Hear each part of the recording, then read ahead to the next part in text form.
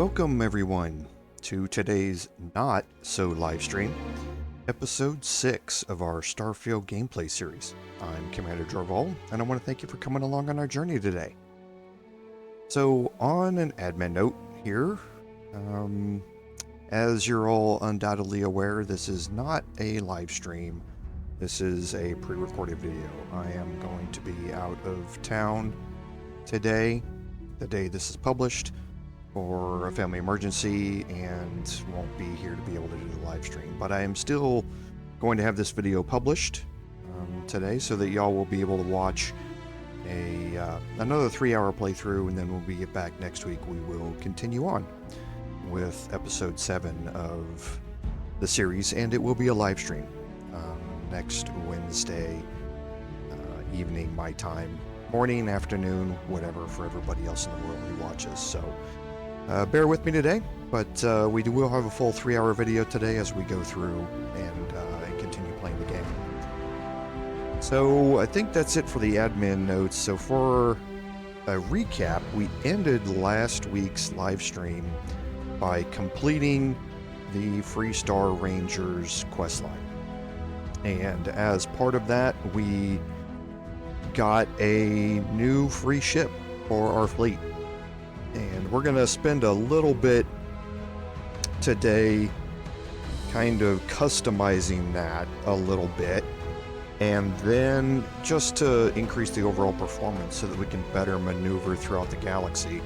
And then we are going to head out back to Cheyenne, to the Aquila city, to continue with the main storyline quest that we brought Sam Co. along with us for. So, without prolonging it any further, we'll jump right in here and we will get to customizing our ship a little bit. This is going to give you a little bit of an introduction to shipbuilding. We're not going to spend a whole lot of time going through all of the aspects of that, simply because there's so many content creators that have done great how-to videos and that sort of stuff for builds and things like that.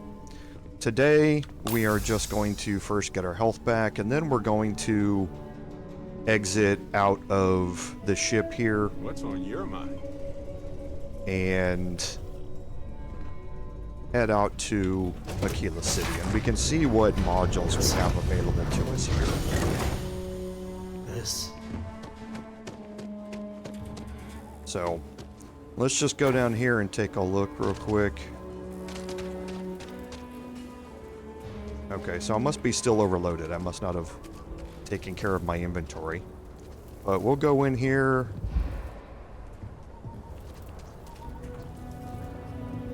Did I miss them? Oh, yep, just in a dark corner. You should inspect your... Need some work done? Sure, have at it.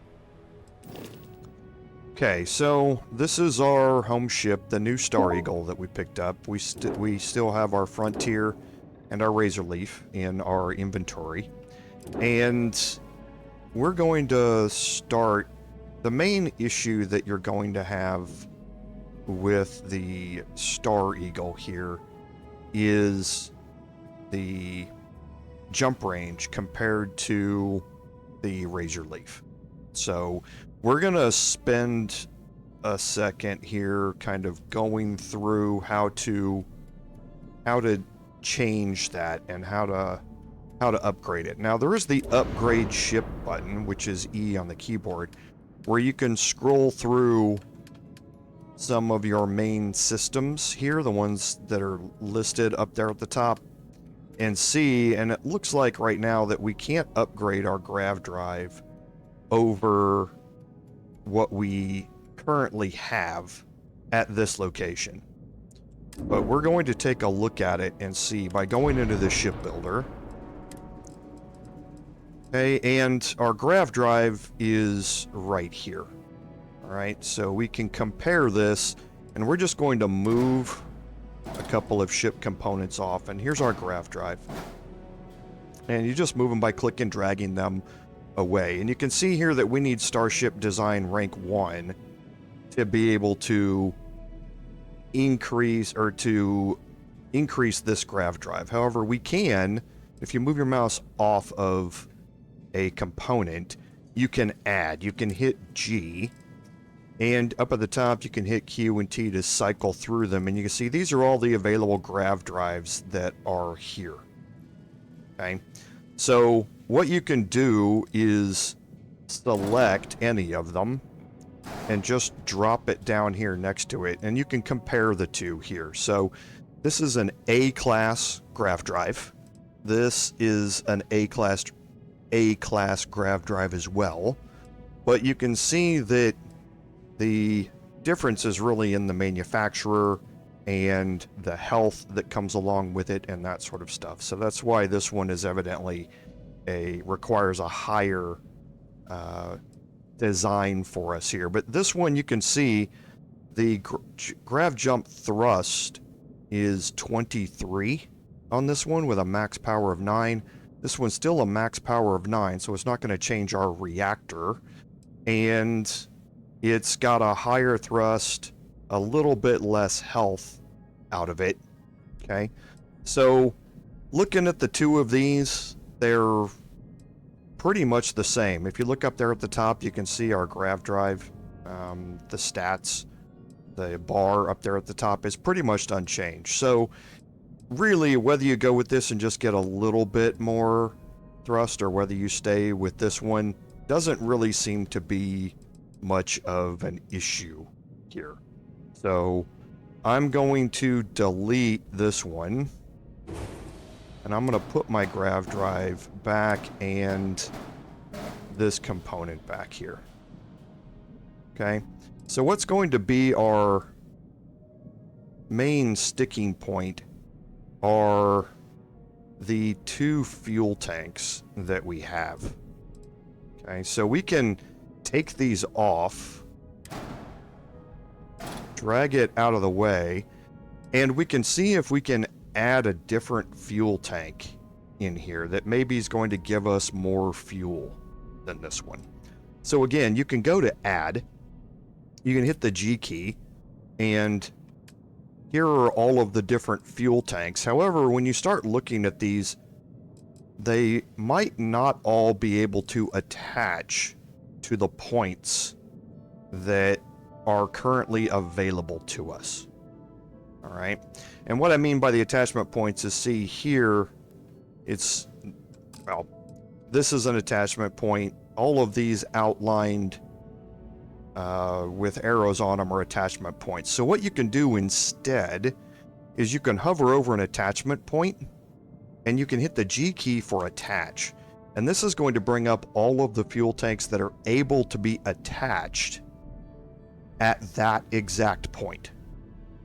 Okay, so looking at it here, it looks like we have the same 2 fuel tanks. The M20 is going to be the biggest one that we can get out of it here at this particular point.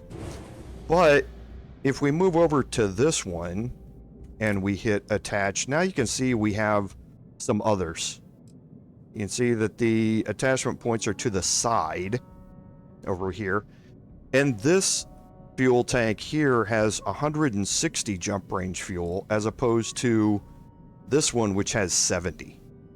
Now we also have other different ones here. So 160 for this one, 110. This one's a little bit less, but you can see with the M40, it's too high. So it's 2 modules high. So it's going to be hanging off the bottom. You can attach it there, but you're going to get an error when you do, that it's below the bottom of your ship once you insert it. So the M30 Ulysses is only 1 high and attaches there, but it's only got 100 fuel. So the Titan 550 here is quite an upgrade in fuel, and it fits into that same spot as the previous one does.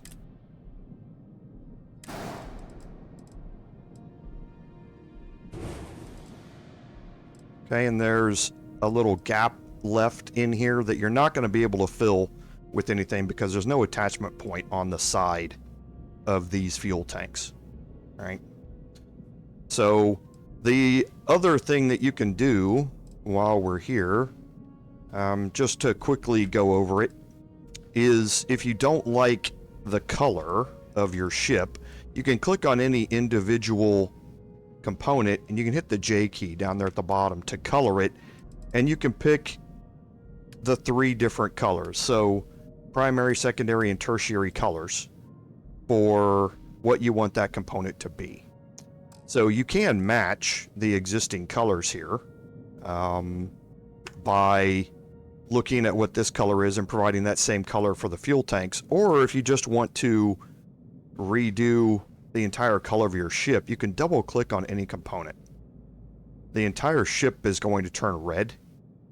Then you can hit the J key for colors, and again you can go through all of your colors here. So you can look at what the tertiary color is going to change.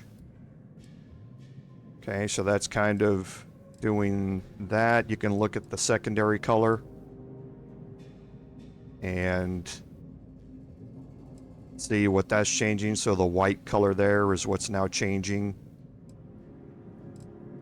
And your primary color here, and so you can see how everything changes. And you can feel free to drag your brightness sliders around and all of that sort of stuff to make quick component changes and whatever colors you want it to be. Okay, so once you're done making your modifications, you can look up here and it's going to tell you this is going to take just under 5,100 credits to be able to make the changes here. So as soon as you exit out, it's going to say confirm the modifications. All items will be moved to the cargo hold. That's just indicating that it temporarily moved everything out while you did the modifications, and then it's going to move them back into the cargo hold. So if you changed out your cargo holds and you got less of them, your ship may now be quote-unquote overloaded. But when you accept it, it's then going to deduct this amount from your credit supplies. And you can see that's exactly what it's done. But our fuel has now gone up quite a bit. We still have the same jump range because we didn't change our jump drive at this location.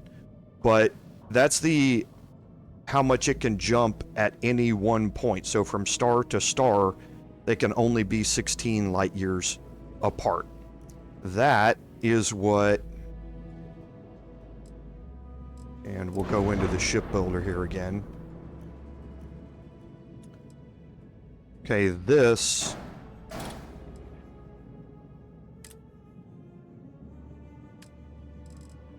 the jump thrust that's labeled in there,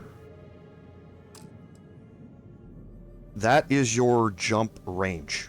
So 19 light years between any individual star that you're trying to go to. Your fuel is how many of those you can string together, so to speak, to get to your final destination. So your jump range is going to determine which path you have to take, because it's only going to be able to jump between stars that are 19 light years apart. And then your jump fuel is going to determine how many of those you can string together to jump from one end of the galaxy to the other. Okay, so that's what the main difference is between jump thrust and fuel and how they operate together.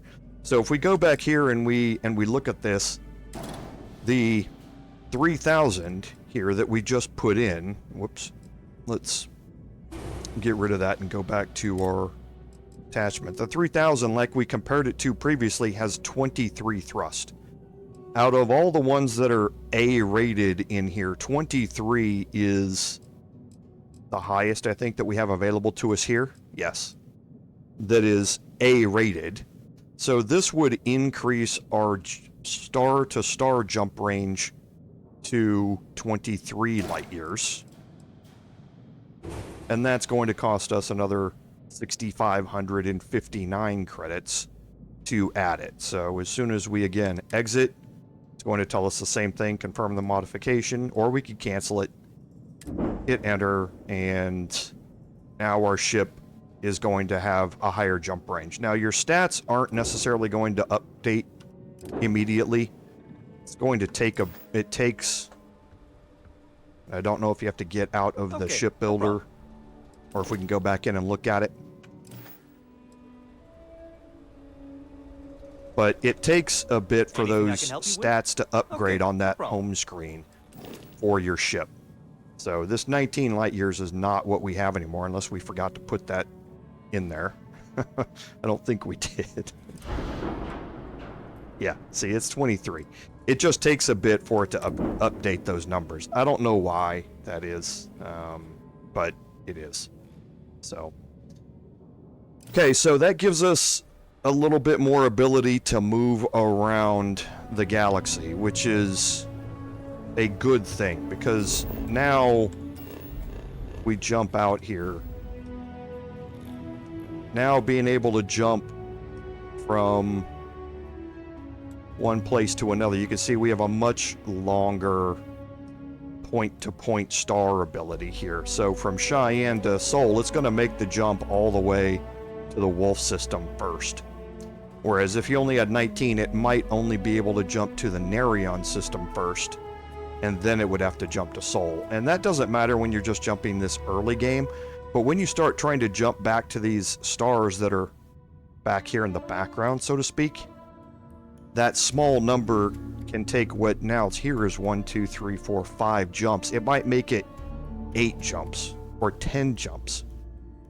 And that can get a little bit, well, it takes up a lot harder time to do it, but it also gives you more chances to jump into a system, get jumped by pirates, and that sort of stuff.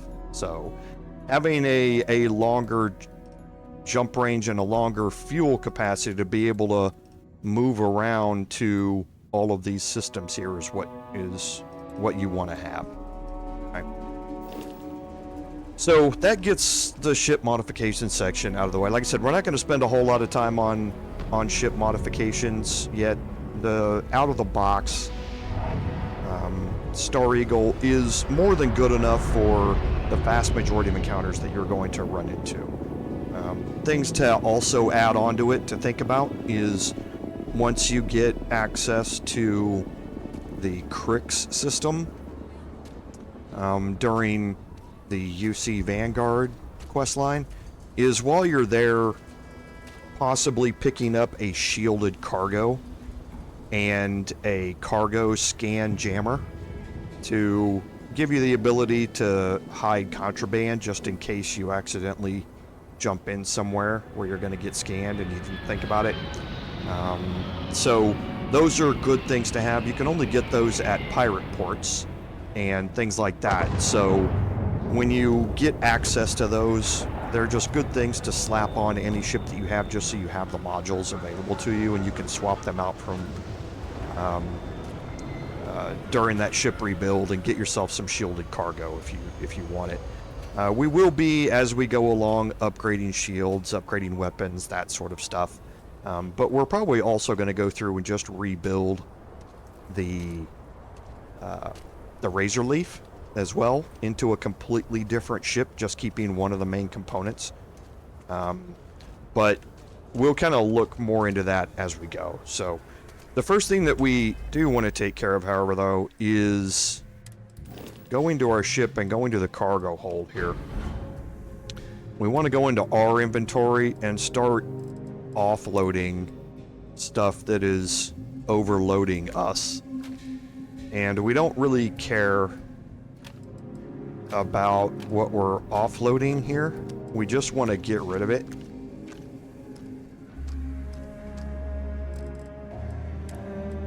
Okay, we did pick up our Ranger spacesuit, which is a great spacesuit starting off. Has some really good values, but again, compared to the Manta spacesuit at this point, it's not very close. So we're gonna offload these packs here.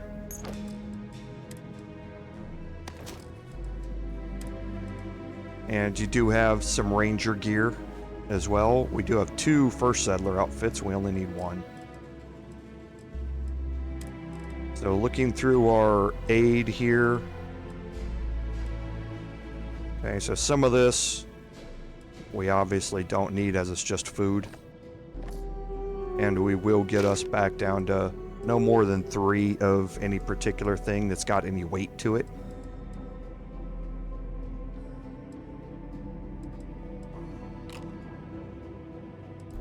Okay, get rid of food. Okay, we don't have anything there. Okay, so now we're back down to 71 here, so now we're okay. And we're going to go in here and quickly visit a couple of the weapon shops and general store here. I'll say right up front, how about I just show you instead of tell you? And we'll take a quick look and just make sure. We are level 15 now, so we want to take a look and see if there are any upgraded weapons that we have here over what we're already carrying around. And okay, so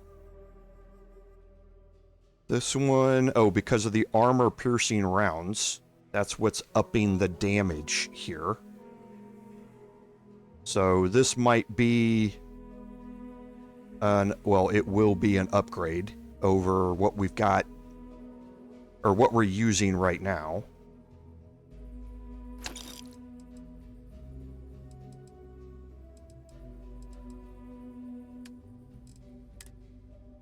Okay, so that's this one here.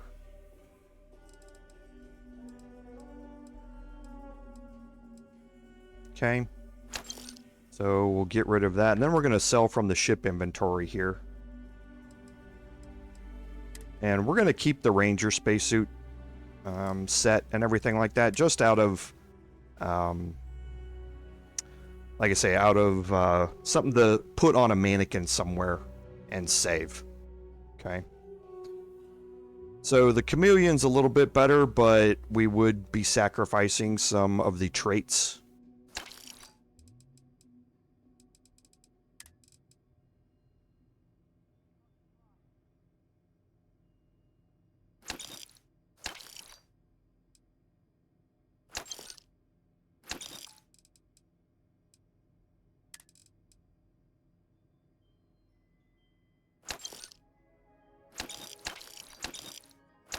And we'll go ahead and get rid of all of this food and extra stuff. We'll keep the med packs because, again, they don't cost anything. Always keep your ship parts. And we'll take the trauma packs. Oh, whoops. We sold those. We weren't taking them. So that's not a big deal. They're very plentiful everywhere. So not a big deal.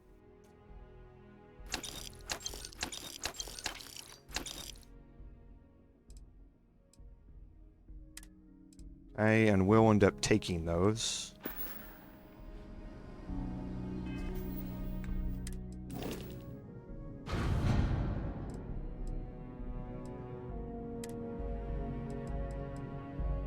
Whoops, not those. The ammo we'll take because it doesn't take up any carry weight, and we'll take the med pack. Okay. And I've got a bunch of stuff in miscellaneous to be able to sell here. Let's take a look at our skill points for commerce. Okay, so the skill's maxed out, so we don't need to sell anything, so we can just get rid of it. We can just offload all of those things. Take a look around. Well, all kinds of things.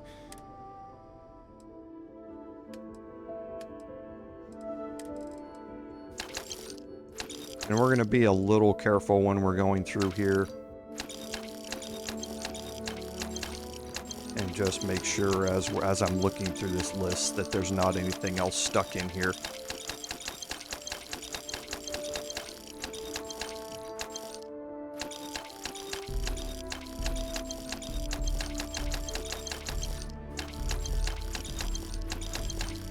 And a lot of these items that are in here, like I say, if you've got an outpost or you've got your first apartment already or your first living quarters already, you can use these items just like you could in Skyrim to manually drag them around and drop them and place them inside your house. It's still just as hard placing items in this game as it has been in previous Bethesda games. But, you know, you can put in plants of all types and that sort of stuff. So you can drop a bunch of these things at various locations. Okay. So that gets rid of all of that. So here, we're not really caring about pistols much and that sort of stuff.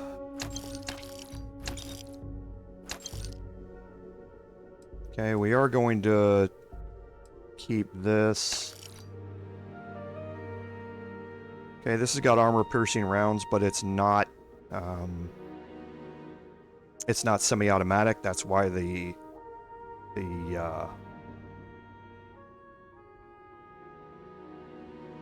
why the damage is so low. It does have extended magazine as a trait, which is nice. The mag's now up to 100 as opposed to 50. I'll keep that in there and see if maybe we can come back and deal with it later. So the justifier is here. So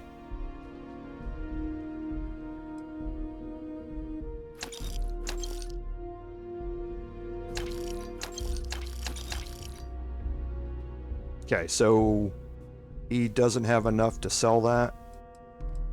Doesn't have enough to sell any of the rest of it here, so.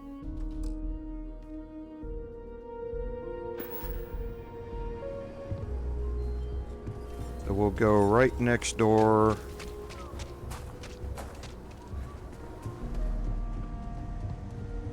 Sure. You ask me?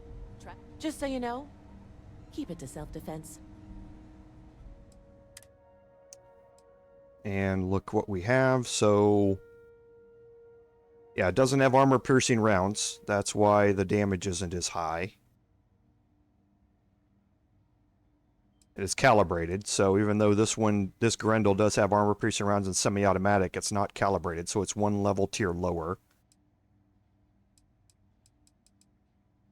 So we've already seen the elegance before when we were searching here. Suppressed calibrated Grendel, not, again, doesn't have any of the modifications. So we're going to sell from the ship inventory here. We're going to keep this for now. We're going to sell off these, and now we're going to go look at our inventory real quick. See if we can pull those out of the ship from here.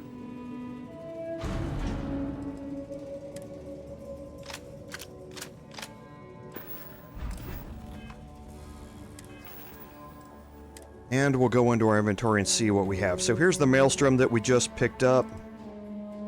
This is the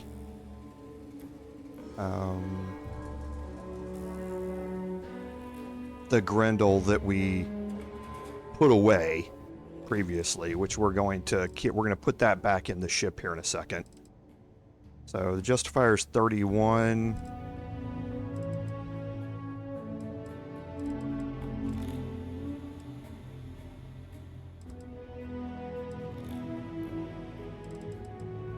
Okay, so for now, the calibrated Old Earth hunting rifle is our highest damage long-range weapon.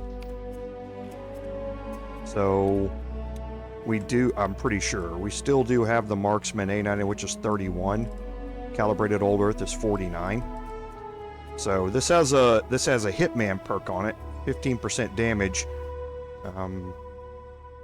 But that 15% damage added onto 31 is only another 4.5 damage, give or take.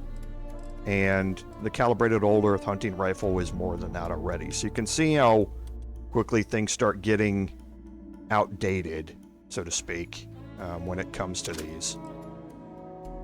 So the pistol here is going to be more than the poison calibrated Solstice that we have. And the Maelstrom is going to be the replacement for our Grendel. And the Justifier is going to go to Sam here. So we will go ahead and see if we can sell these off, and we're going to want to make sure that we have ammunition. So we're looking for 9x39mm ammunition here. And you're going to pick up a lot of 6.5, so I'm not too worried about that.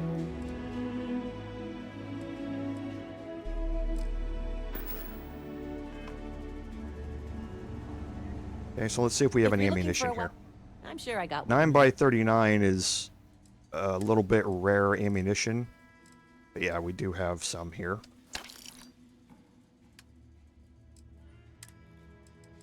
And we're going to put that back in the ship. We're going to sell off the calibrated solstice here. And we can sell off our marksman AA-99. It's still a good weapon, don't get me wrong. But we're going to quickly be outclassing the lower tiers, or the first tiers of these weapons. So you'll want to keep an eye out as your level goes up for better tiers of weapons that are going to be available to you. Okay, so let's just go put that Grendel in our ship inventory so that we're not carrying it around. We will look at Sam here and give him... All right, let's share the wealth, right? So Sam's carrying a bunch of stuff. So we're going to take all... I wouldn't say no to an upgrade. And then we're going to give him the Justifier. And we're going to give him...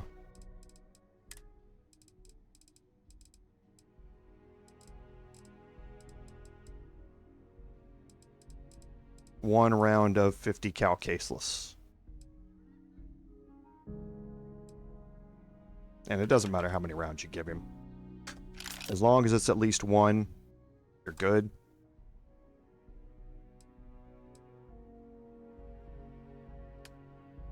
We're going to go to Sam, go to weapons, and tell him to equip that. And now he's good. Goodbye. And now we need to look at selling off what we can out of here. Outlaws? So I forgot I had loaded Sam up But if you start shooting up the town with something I sold you, at the end of I'll be that more because than of all the stuff we were picking up from the bodies.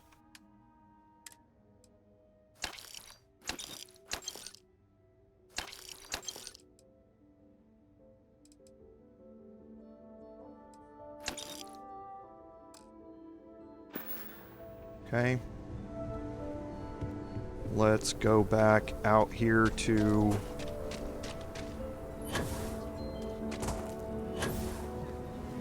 the Trade Authority kiosk.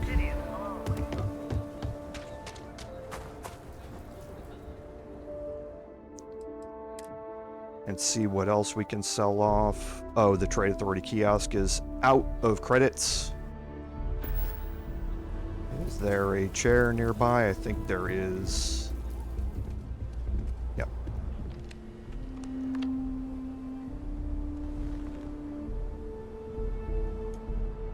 Okay, and we have to wait 48 hours, right? So we're getting 28 hours here.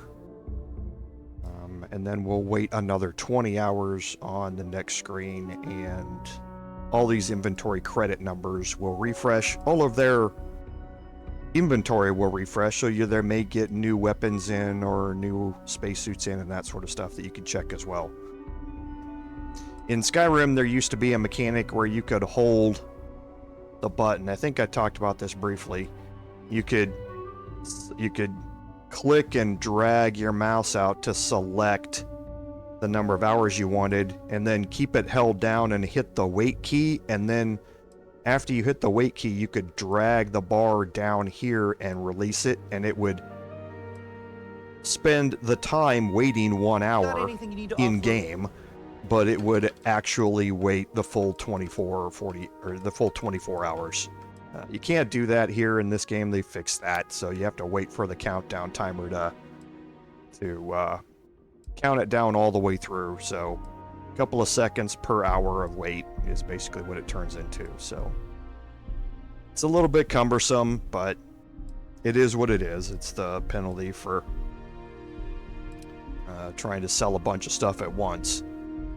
You're going to find that in this game, this turns into one of the biggest time sinks that you have, is just because there's so many things you can sell in this game for so many credits that the local vendors, Kiosk right here for you. there just isn't enough credits What can I available do for you? to be able to sell all of your stuff easily. And it turns into, like I say, a bit of a time sink as you're going through it here. So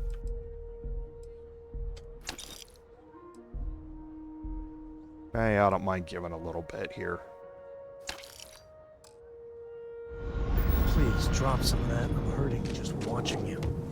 We'll go sell off the rest of this, and then we'll head off My on brother-in-law just got back from 2 weeks in Paradise. the continuation of Sam's Place quest looked here. amazing, but if I could have to look at one more And there are more Feel vendors free to here look around. in Aquila City.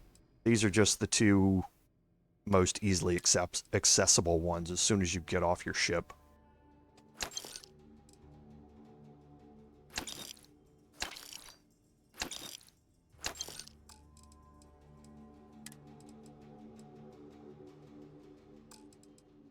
And let's see if we have any packs or anything we can sell off.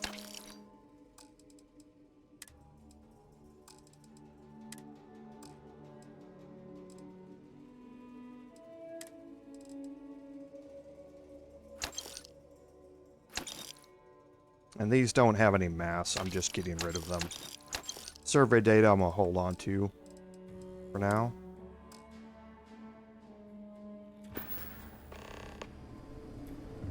Okay, and that gets me down below my carry weight.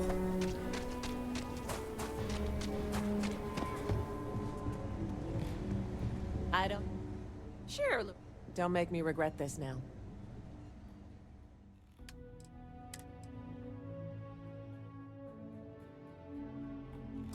Okay, so actually I should have sold off all the other items because I forgot that she can only buy and sell weapons. So... Okay, so for now I think I'm okay. My carrier weight's, bad, but we'll be able to sell stuff off here in a little bit anyway. It's really the spacesuits that I'm carrying at this point. So... Getting on with the quest here, the Empty Nest is the quest we started a while ago. We brought Sam along with us to go through the Freestar Rangers questline because the Empty Nest quest directly overlaps with it. By completing Job Gone Wrong, you start, it's a step for this quest and you start the Freestar Rangers quest. So... Now we're going to go ahead and continue on with this, which is basically go to the Galbank Vault here.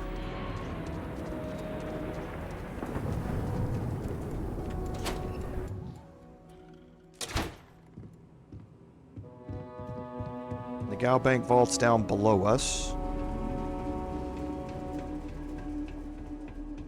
Alright. The family has a few different deposit boxes secured in here, so let's look around. Here's a copy of the key. Okay, so we're searching for the maps, and as he said, they have various keys here. So nothing there.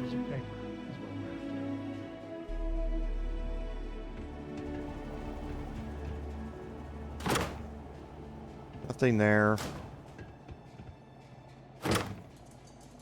And here it is. Whoops. We picked up a note for Sam. Okay, so it looks like the maps aren't here. And someone expected us to come looking for this. Oh, no. Jacob. Of course that old mule saw this coming. He's just a bitter old man, interfering in what's none of his business.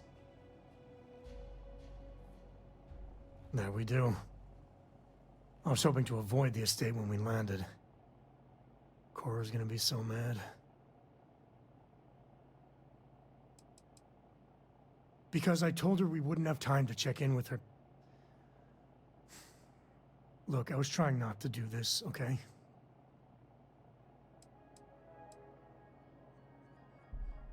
We have an option here to try and persuade Sam. We really gotta do this. Gives you a chance to work on your persuasion skill. You're not wrong. I know, it's just... it's personal. Alright, fine. He's my dad, okay? We're not exactly on friendly terms. He probably figured I'd come for the maps at some point. Got ahead of me. Family business just wasn't something I wanted to get into, you know? God, that's the worst part. They're thick as thieves. Last thing I need is Jacob in her life. Let's leave it at that. Yeah, well, sorry I'm such a pain about it. No forgiveness between me and my old man. It's, co-tradition. Alright, shall we? Okay, so obviously some family drama there.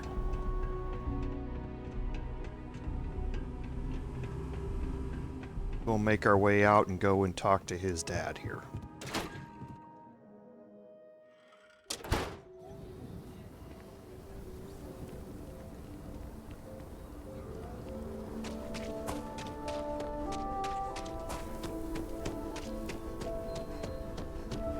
I'm just saying, my family was on the wrong ship.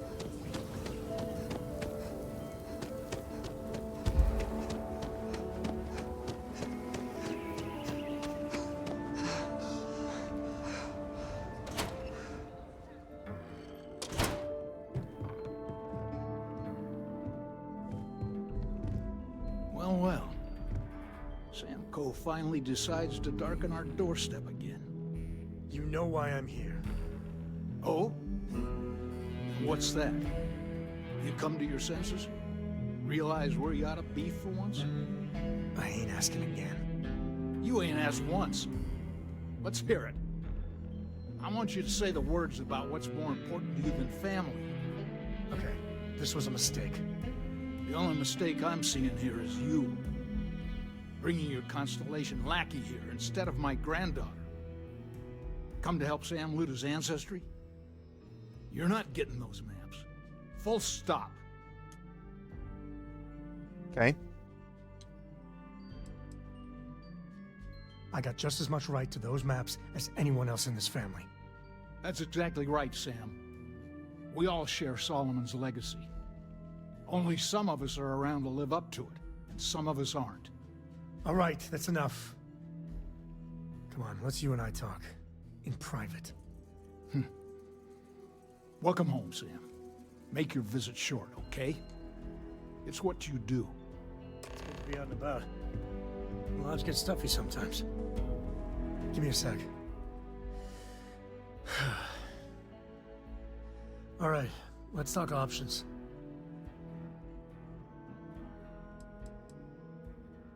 No, I don't. It's just... it's been a while, but this is how it goes. Every time.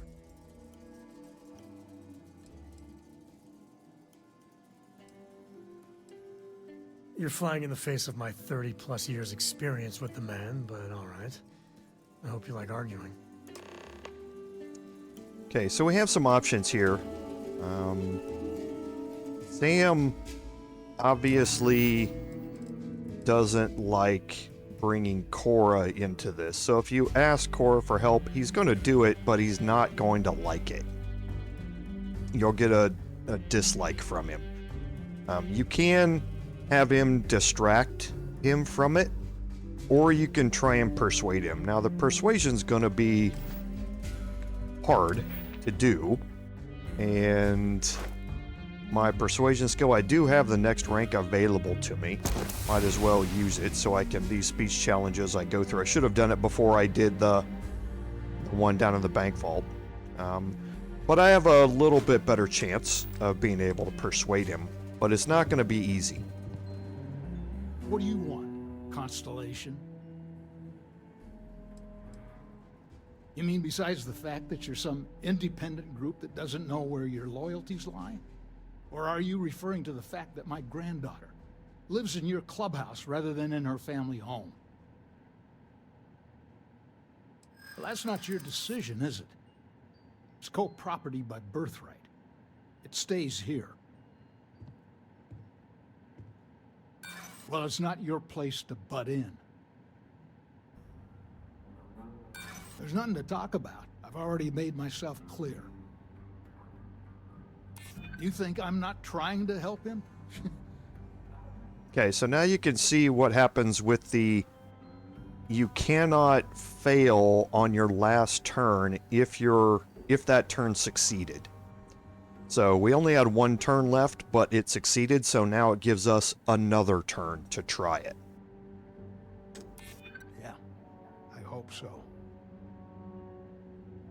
You know what? I may be starting to like you. Can't believe I'm saying this. But if it'll get you out of my hair, then fine. You can have the maps. They're in the other room, here. Key. Okay? So he'll move out of the way, you can go into his office and pick up the maps.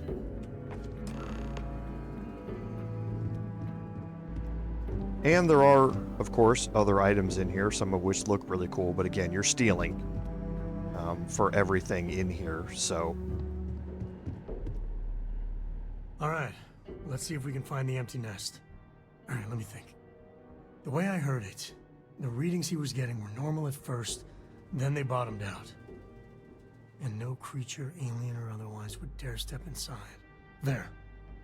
Found it. Oh boy. That's a problem. Well, you ain't wrong. But let's take a look at what we're up against. First, it's in the middle of the frontier, which we already expected. No problems there, but the usual tussling with alien wildlife. But the empty nest is a cave right in the middle of Shawgang territory. Same outlaws who held up Galbank. Criminal groups in Aquila always find a way. But they usually have to keep on the move to avoid the Ashta. Well, it could just be a coincidence that the cave we want happens to be where the Shawgang runs around. But something doesn't feel right.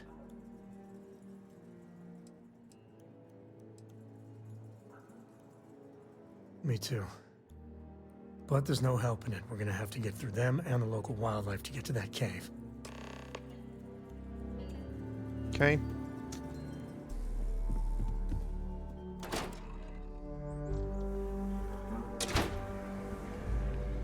So now once we're back out here, we can open up our map here and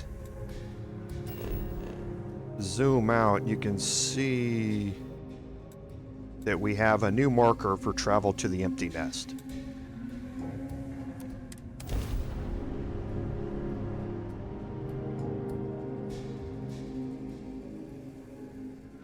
You never know what you'll find. This place is...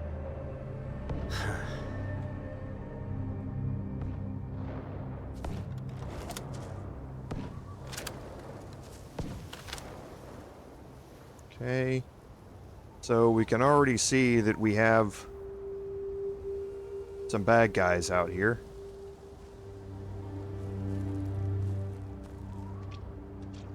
Okay, so we'll probably want to see if we can flank around.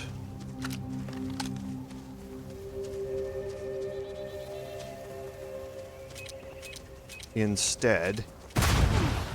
And it looks like they've mined the place, which is always fun.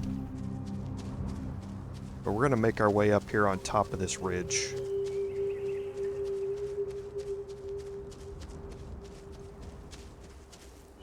So we can get a better look at the place. And also have some high ground while we're going through this. Okay, that's not us. That is us right there. That's Aquila City, just seen from the outside.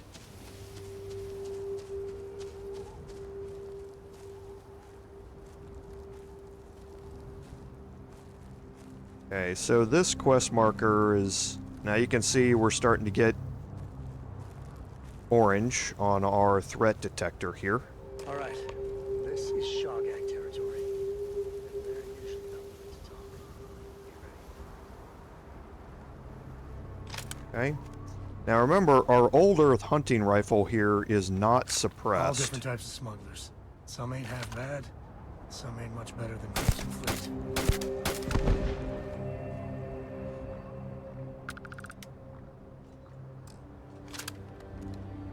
Okay, and now you can see there's quite a bit of markers here.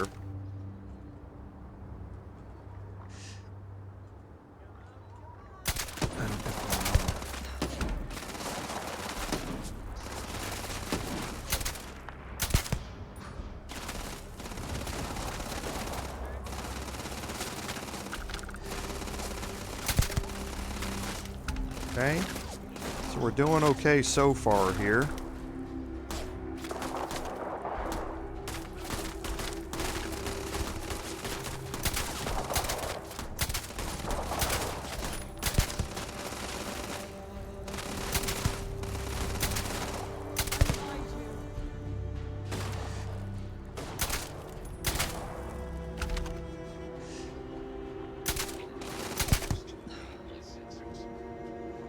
Okay. Now they are going to start approaching our position. So keep an eye on your markers, your threat markers, because they are, like I say, going to want to... Things are getting interesting. start to flank you.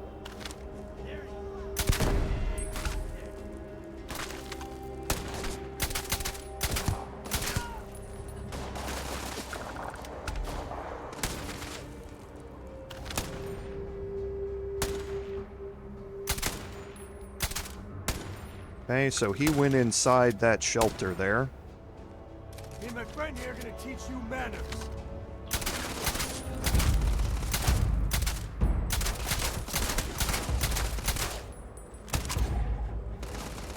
This ain't over. Not by a long shot. Alright, Sam finished it off. Nobody's here now.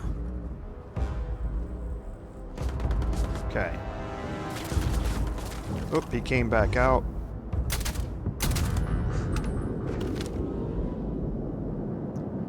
Another turret back there. It's probably behind this rock, though.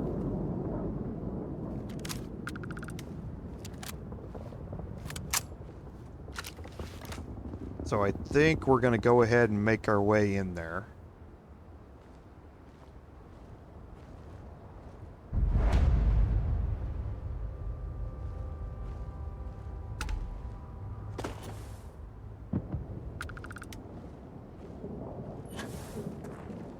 Again, we'll just take it slow, keep our eye out. Okay, you do not have to clear out the rest of this if you don't want. That is where we're going. However, I don't like leaving anybody behind me.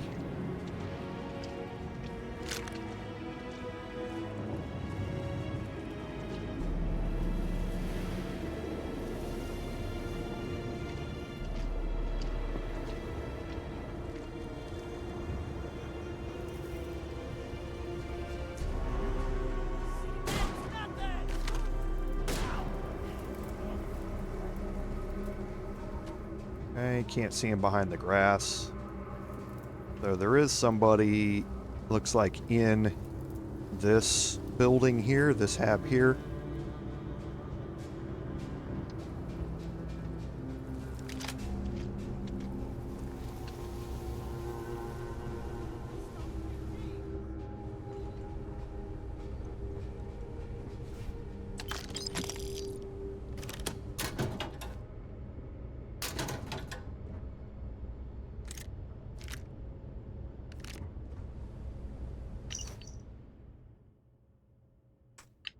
Okay, so just some few more items here, some crafting materials. mines, which can become useful here.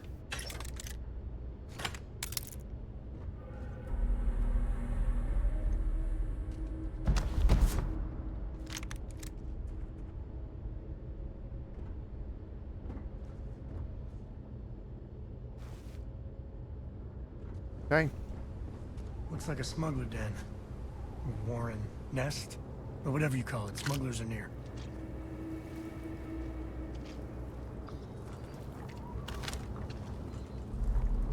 So it looks like he's around behind. There he is.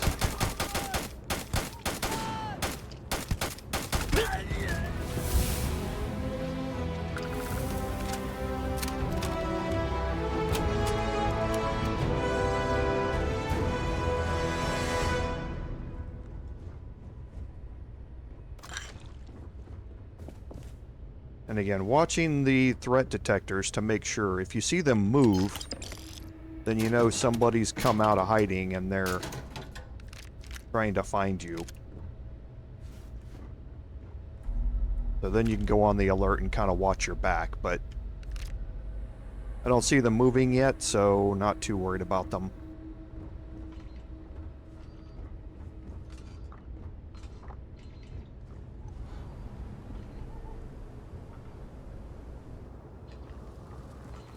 Okay, and I think this turret's right here.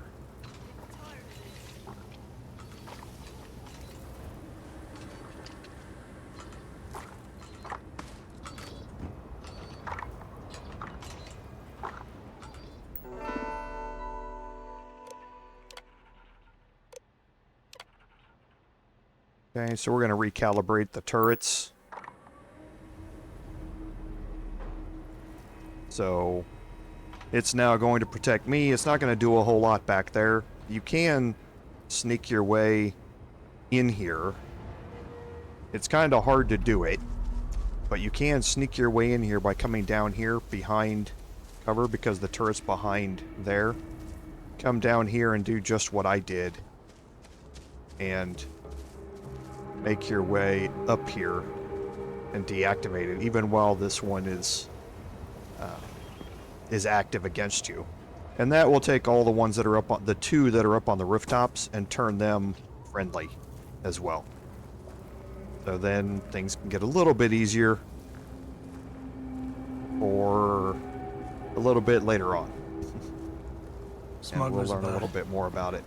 Sometimes they're friendly, or close to it.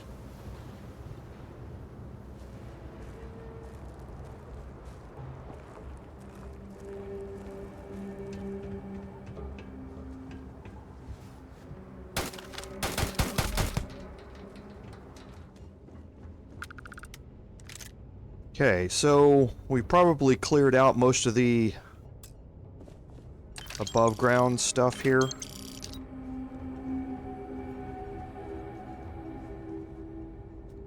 Mostly food going to be in here, but there are some crafting materials and other stuff.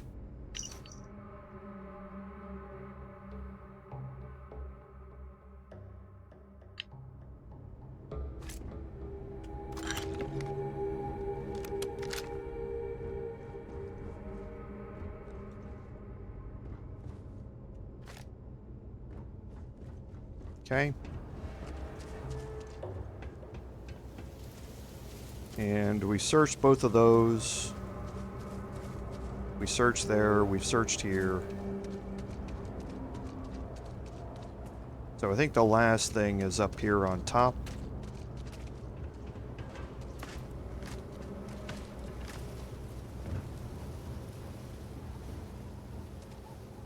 Yep. Okay. So now we'll head down inside. And again, we're already overloaded. So we'll talk to Sam real quick.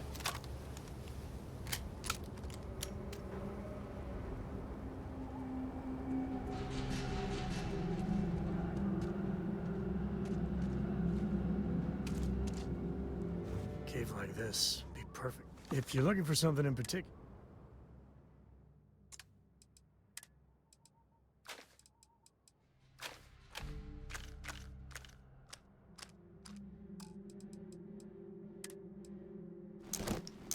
And just drop off the heavyweight stuff here. We're going to keep the mines for now.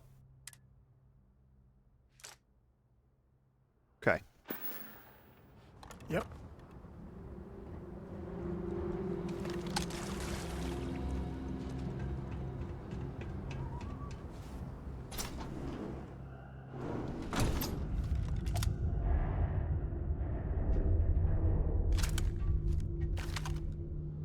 Okay, you see we've got 2 of them over there. Not going to be able to move very far here. Just want to get into...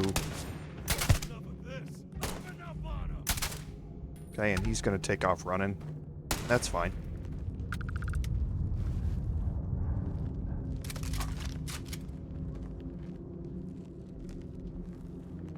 Okay, brought his friends. And again, that's perfectly fine with us.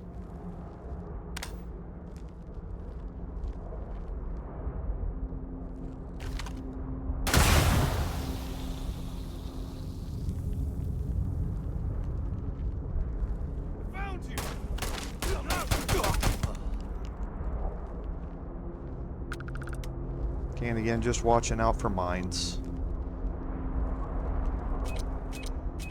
Watching out for mines that I just ran over the top of.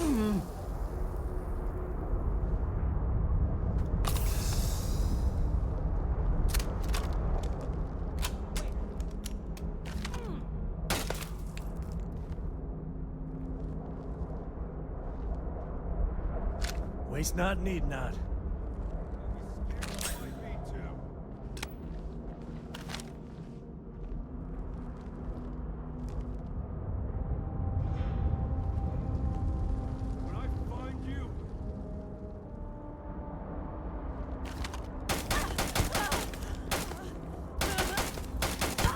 Got moves.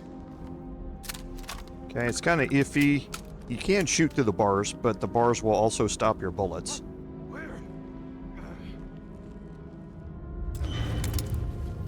Okay, not a good idea to sit there and try and unlock that when he might be right there. We're just going to head back here real quick.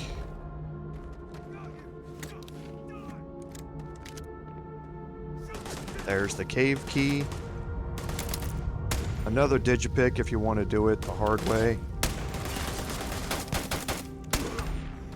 Okay, Sam took care of him, which is good. We can unlock expert locks now. So again, like we talked about last time, starting from the inside, we need 6.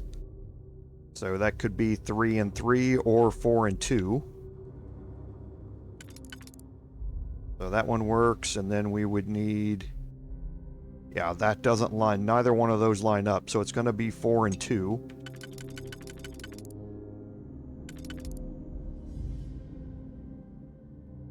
Okay, it's not that one. That one, and then... we would need those 2. So that's not right. So this one...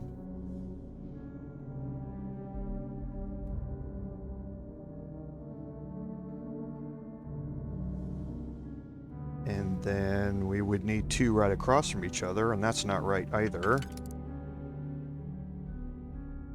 Boy, this one's a little difficult here.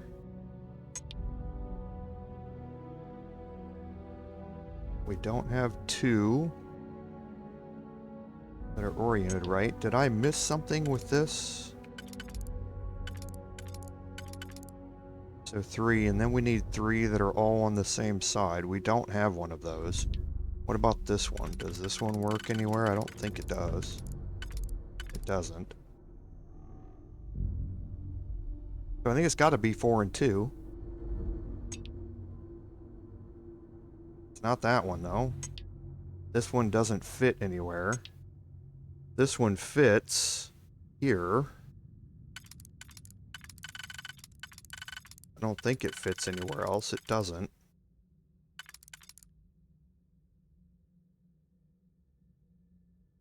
that means you need 2 right across from each other, and we don't have 2 that are right across from each other. Okay. Well, my brain's not working right, so I'm going to actually skip that and have it reset it. You can use a digipick to... It'll reset itself the next time you go in. So I need 3 on the inner one here. So I think that's going to be something like this. And a single. Then the next row is 1, 2, 3, 4, 5, 6, 7. So it's probably going to be 4 and 3.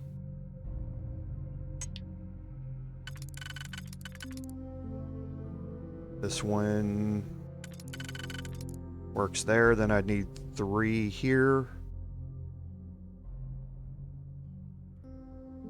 Which I don't have. But it might be... Nope. So I don't think this one is it. That one works, and then I need 3 that I think look like this. Yes. And now 3, 4.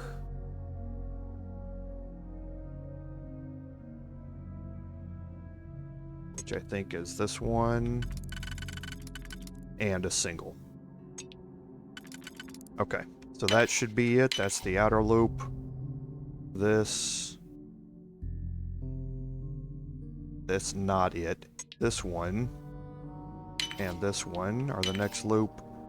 And then... Whoops, I think I used the wrong one, but that one works too. That one. Okay, so this is Contraband. Here.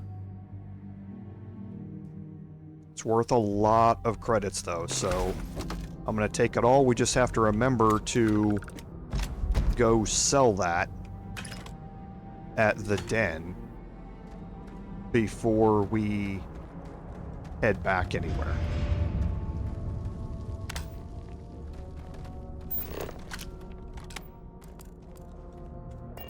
Okay, so the cave key unlocks this.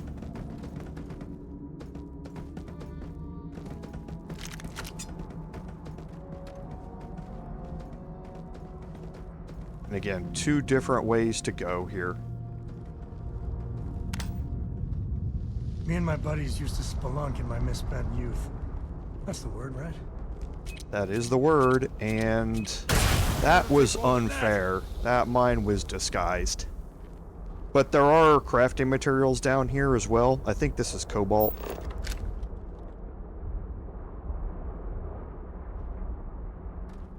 Yes.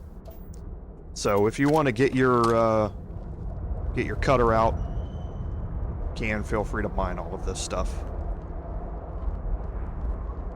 I think I explained last episode though that I mostly end up buying all of my crafting materials that I need and that sort of stuff. And that just leads us back into that same spot where we were.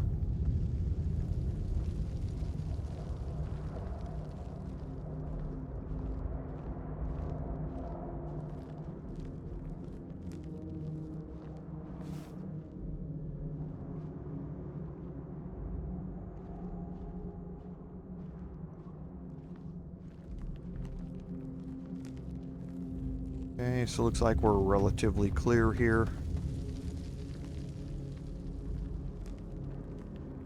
Don't see any more mines.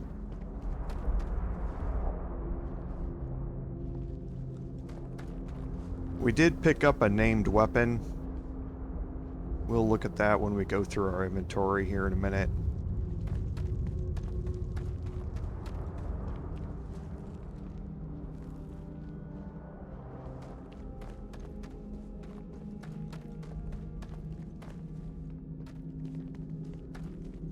Okay, so there don't appear to be any more Shaw gang members in here.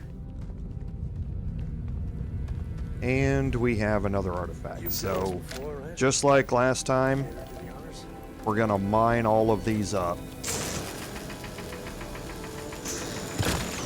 And if you didn't know, I didn't illustrate it last time, but if you hold down the left button, you will start your mining laser. But if while you're holding the left button, you hold the right button, you can overcharge it.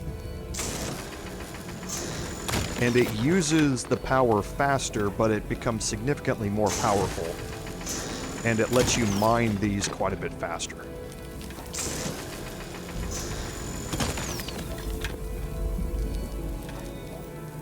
And some of these are kind of glitched into the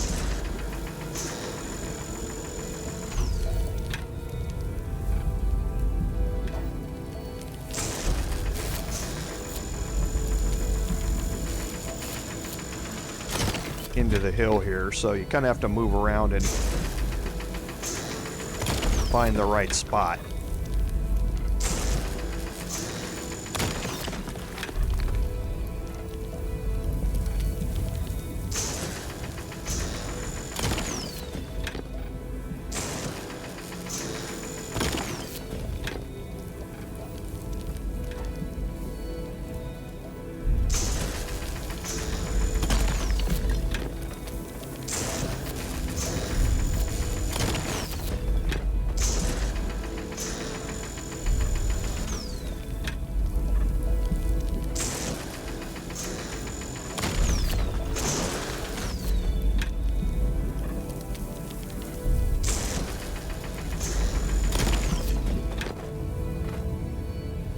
And I think this is the last one here.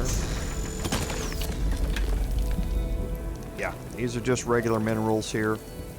It's antimony though, which is an exotic resource. So while I'm here, I will pick up a few of these.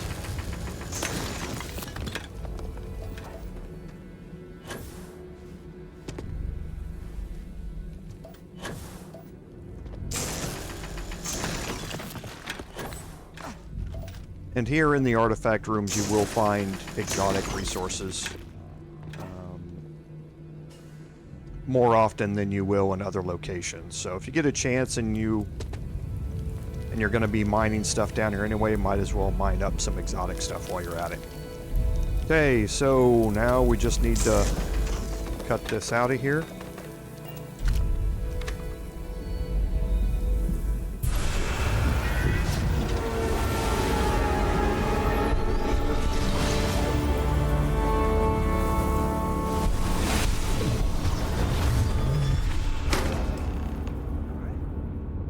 Okay.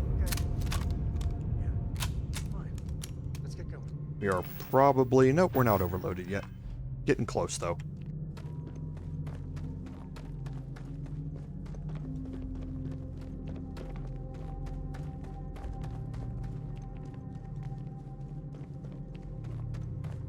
Now we just make our way out.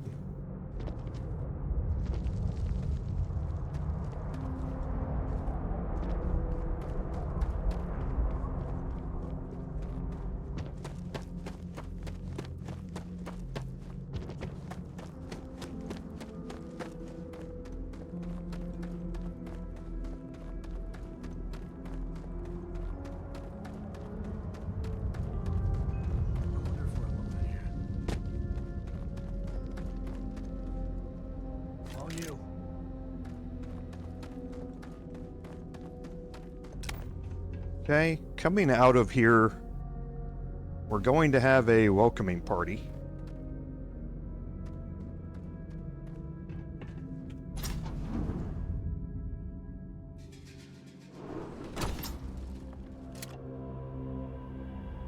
Okay. I think that's far enough. Hate to put a hole in the head of Akila's own prodigal son. At least not before we've had a word. You must be Shaw. What I am is disappointed.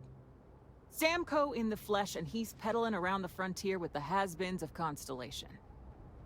Now you got past my crew, who I pay quite handsomely, I might add. Grabbed something from that weird cave. Probably whatever's been keeping the Ashta away. So, I'm down one hideout. Now, let's talk about what all that's worth to me. Your lives, your credits. One or the other, really. Okay, so she's obviously not happy about the fact that we've broken into her hideout, but she also mentioned something there that's rather important. The Ashta here have been staying away from this area because of the artifact. Well, now that we've picked up the artifact, maybe that's that protection's no longer available to us.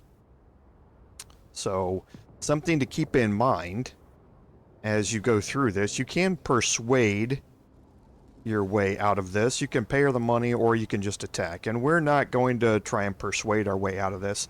Getting rid of the Shaw gang is something that, you know, as a Freestar Ranger, even from a roleplay perspective, we would want to do.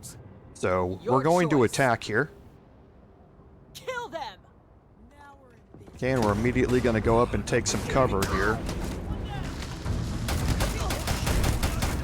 Damn it! Just shoot everything! Okay. But, you see the new quest option has popped up. Kill the Ashta.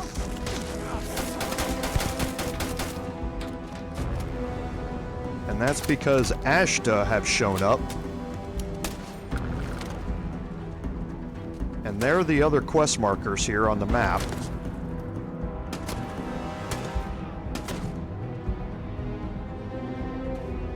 And they are attacking anything and everything. I'm making this look easy. Okay. So, Shaw is now dead. The Ashta are not. And you can see that they are not nice Ashta either.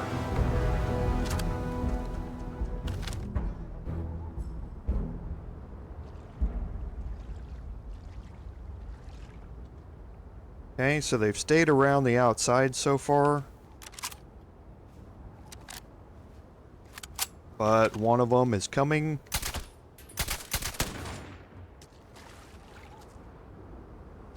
And now they're all coming.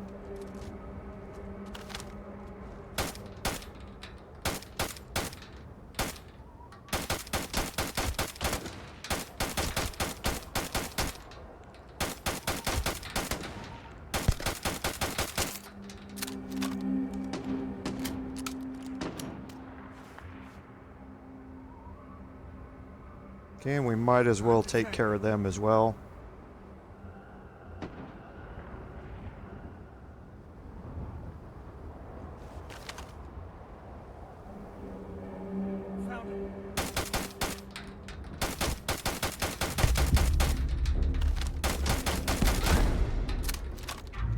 It's actually easier if they charge you, because they tend to charge in a straight line.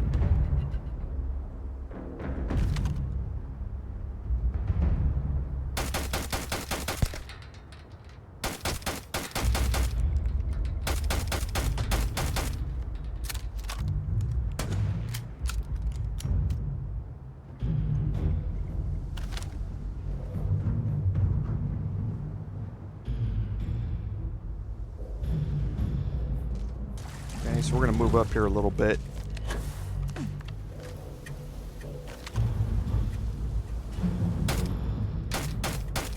Take some high ground here.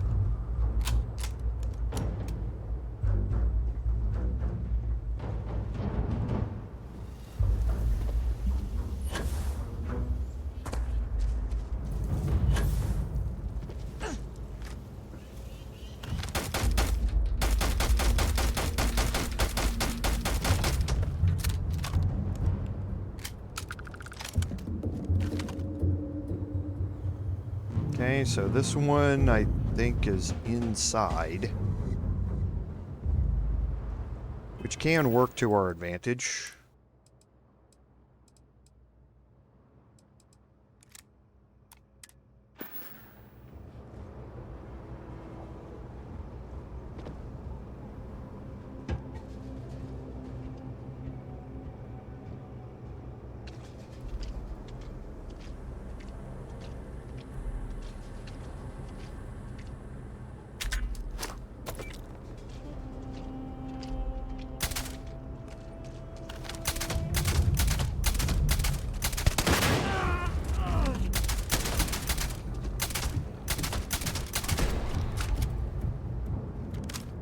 What you get for getting too close there, Sam. I didn't tell you to run up there.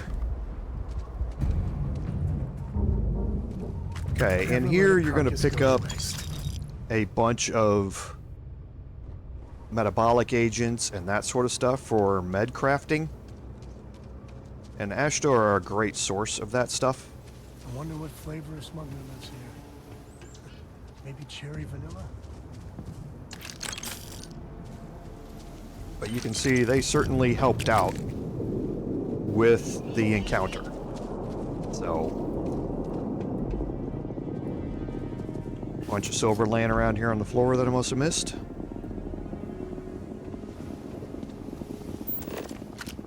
And we'll open up our scanner and just look around for the rest of the bodies.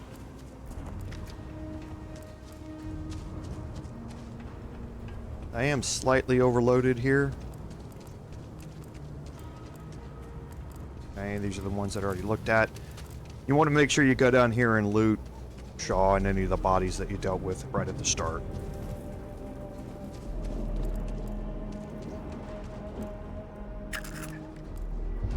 I think Shaw's over here.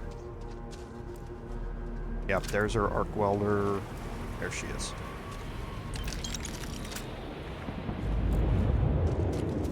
Okay.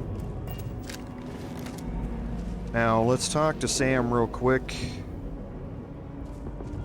There he is. Won't lie. I wouldn't say no to a gift. See if we can offload some items here.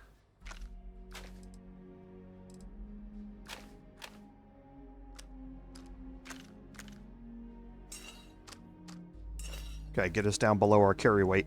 We did pick up the Ashtatamer. It's a rare heavy weapon, uses 40mm XPL. This is a high damage, low fire rate weapon. However, it's not really all that great for up close because this does explosive damage on it as well. So if somebody gets right up in your face and you shoot it, you're going to hurt yourself as well. So can be useful. It doesn't have a great range, but it does, you know, do okay. But the low mag size and low fire rate means it's really good for your opening engagements against big targets. But again, not something that we're going to end up keeping for our playthrough. But now that we've gotten below our carry weight, we can head back to the Star Eagle just by hitting the E key here to fast travel to it. Okay, but we didn't actually need to come back to the Star Eagle to do it. We're in one piece. I'll call that a because we can fast travel directly from our map back to the lodge.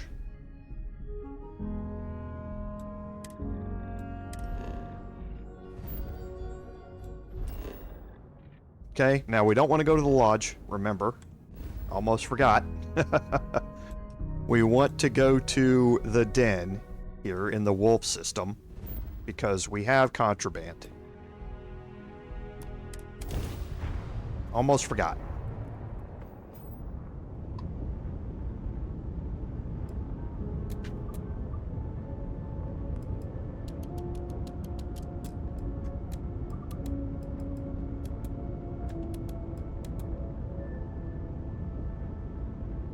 Just sorting out my power there. Don't need anything in the graph drive.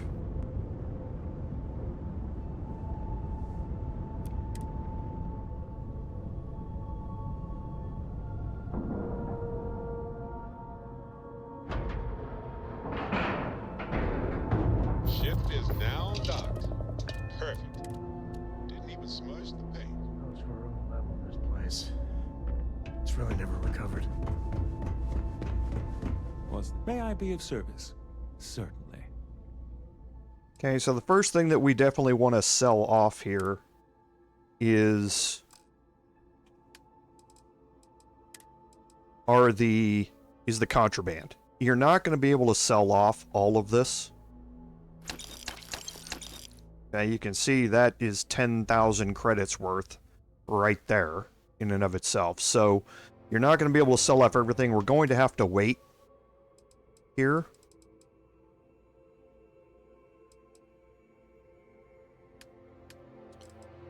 And I don't think there's anything else that we're going to be able to... we can offload this.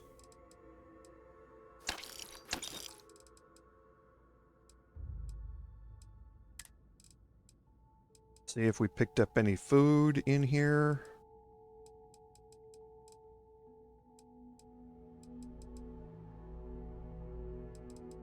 Doesn't look like we did, so we're good.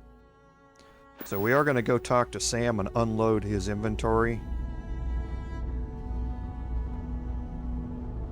Let's get that artifact to the lot. If you need me to haul something, I'm willing. Okay, and the easiest way is just to take all trade gear again and then give him back the weapons.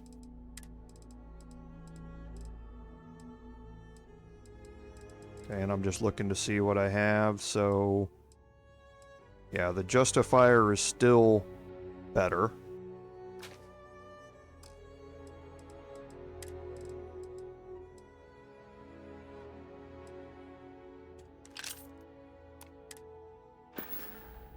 Take it easy. Let's see if we can use up the last 1,000 credits here. If there's anything I can do for you, I hope we have what you need.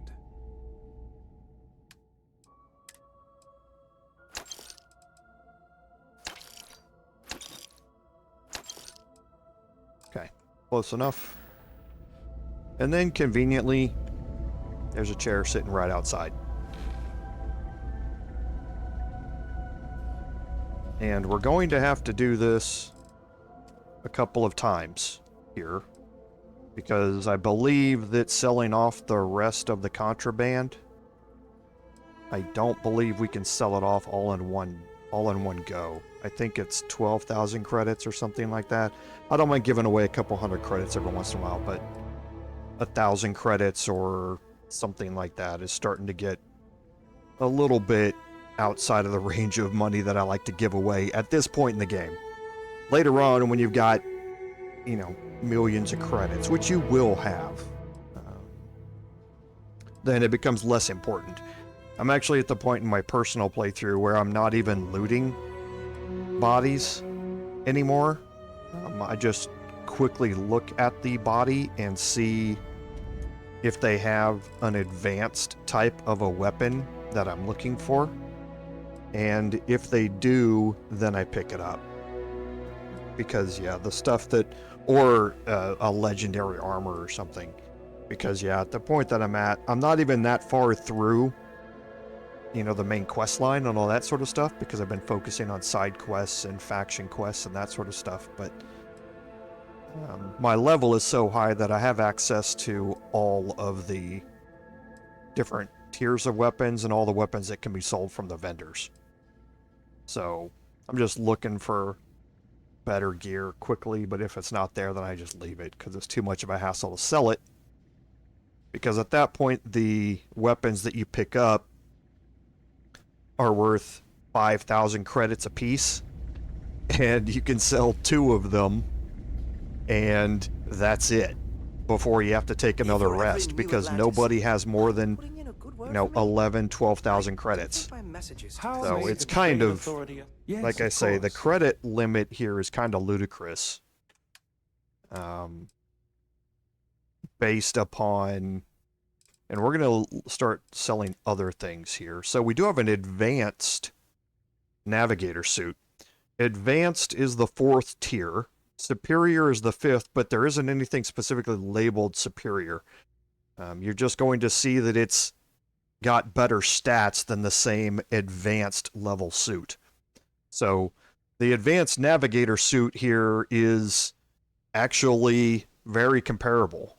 It's got much less physical, but the energy is quite a bit higher, and the EM is about the same. So you're still missing the traits, and again, since I rolled really, really badly on the traits here, for the Manta suit, but the advanced level is what you're looking for, and you can get those at any time. Even if you don't have the level for it, you can find them in the loot pool and off of enemies. However, you can't find them at vendors. That is based upon your level. So, and you could see how much better that suit was than the regular version of the same thing. And I was looking for, I need to sell off my miscellaneous. Yeah, see, it's 14,000 credits.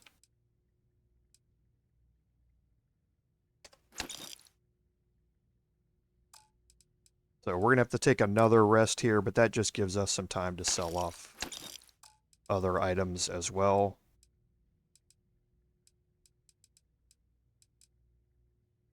Okay, so let's see if we have any more weapons we can get rid of.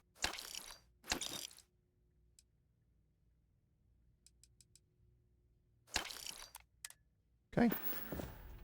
Take one more rest and then we can get back on the road again.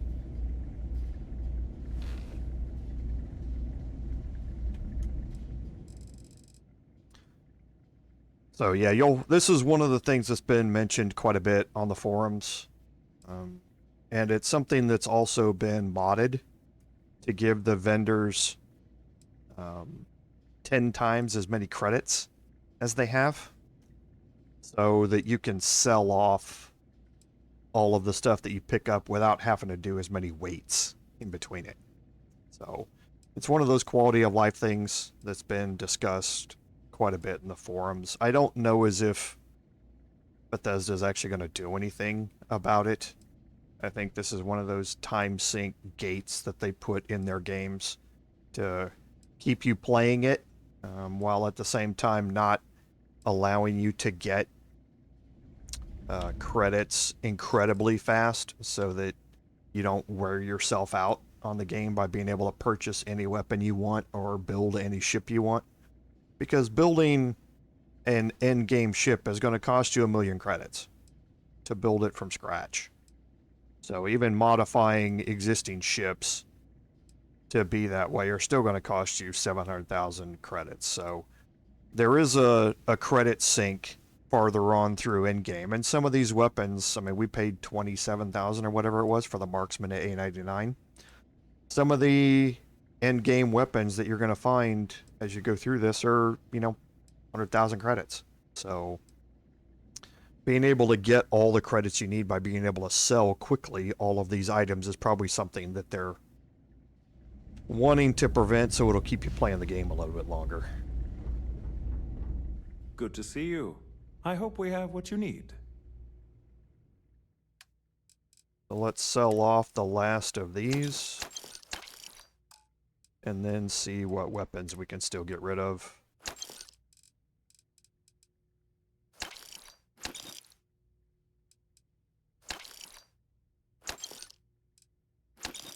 Okay.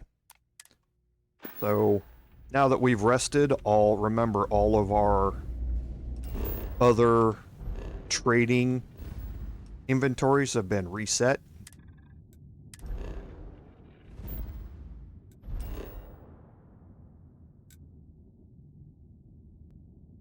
So let's go to New Atlantis first.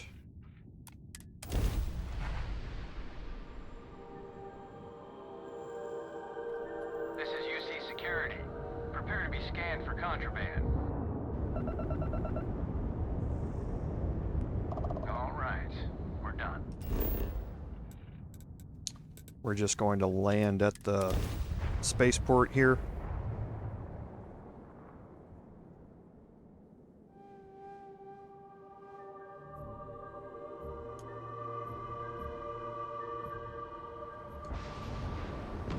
And we'll check in with the Trade Authority kiosk here and see what we have for ability to sell off our weapons here.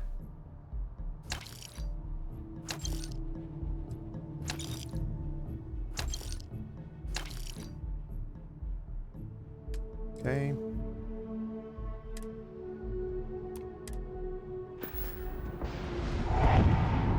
Then we'll run in here real quick to Jemison Mercantile. You will be scanned as you enter the city. Please. must have some wildfires burning around here somewhere. It's awful hazy today, it looks like.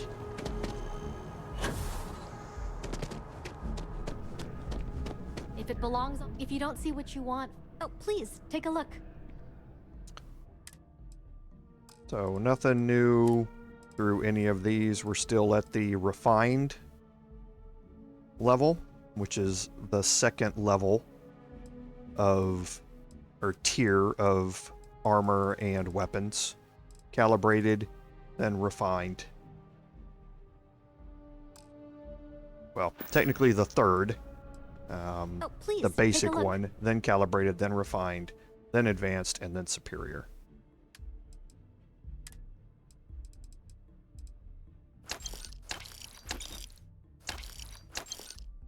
Okay. Thanks for shopping at Jemison Mercantile.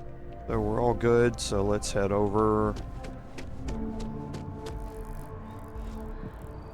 And we can just fast travel to the lodge.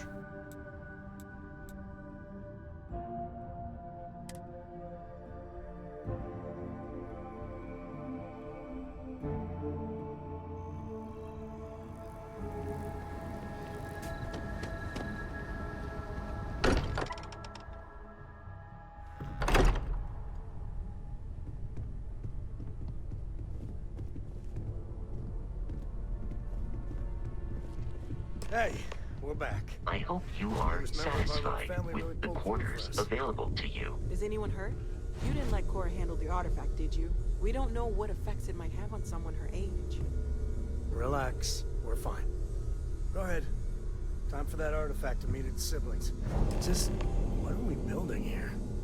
I haven't picked up any kind of frequency or signal coming from it. That doesn't mean much. This thing could be emitting something we can't even detect. As far as we know, we could be building a gigantic bomb that will blow up as soon as we finish it. Or maybe it's some kind of interstellar children's toy. Why would either of those things give the Discoverer visions and music? It's a message. I'm sure of it. We just have to hope that finding more of the pieces will give us some clue. I hear that. Moving forward sometimes means fumbling around in the dark. I think Cora and I can use some downtime, but you let me know if you ever want to team up again. Oh, and since it tends to come up, me and my Rugrat co-pilot work as a team. That's non-negotiable. If I'm coming with, that means Cora's on your ship.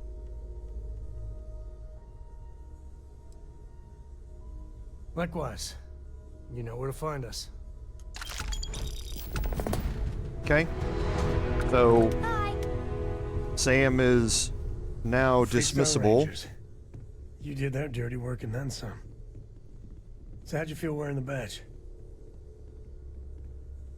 Well, good on you. It takes a certain type of person to thrive there. Me, I never cared much for being a ranger. Too many of them try to force the world to be only black and white when it's anything but.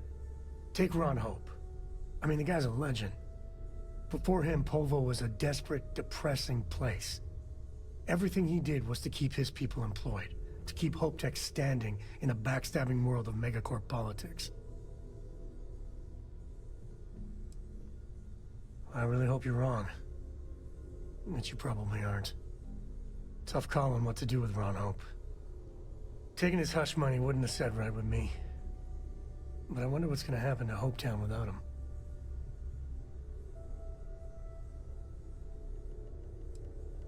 Fingers crossed. As much fun as it is being a ranger, I hope you can start focusing on Constellation business. There's plenty of mysteries left in the good old Milky Way to discover. I don't know about you. Okay, so Sam is now dismissed from our group. We've taken all the gear from him. This is all exciting, but... So, looking through our activities, it automatically selects one here. So, just by walking around, we picked up various secondary quests here, basically, to do certain things. And we now have our choice of really where we want to go and what we want to do out of this list that's going to lead you to various places. These activities are, you pick them up by passing by people who are talking, by passing by kiosks in the game that are doing various things, and that sort of stuff. So you're going to pick up a bunch of activities which will then, when you follow up on them, lead you into more quests here as you go. So that's kind of what the activities normally do, is they lead you into further quests. So if you look through this, we do have a quest to talk to Sarah, and we also have one to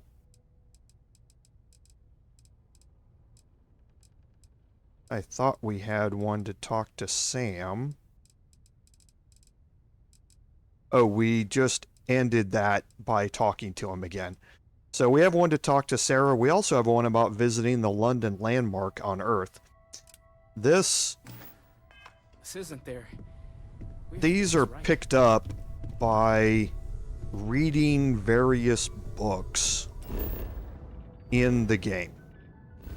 And those books are all written on Earth. So they're all books that you're going to be familiar with because they're current books that exist on Earth right now. So right now, if you take a look at it, every time you read one of those, you're going to open up one of these landmarks here for different cities all throughout the Earth. And there's quite a few of them.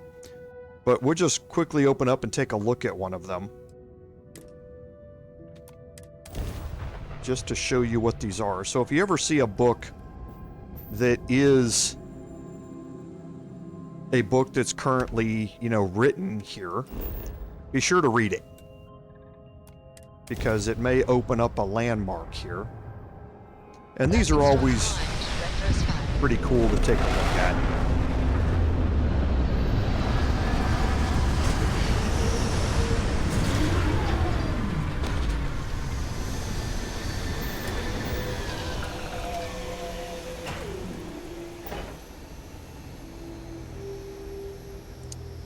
Okay, so we'll just go and exit here.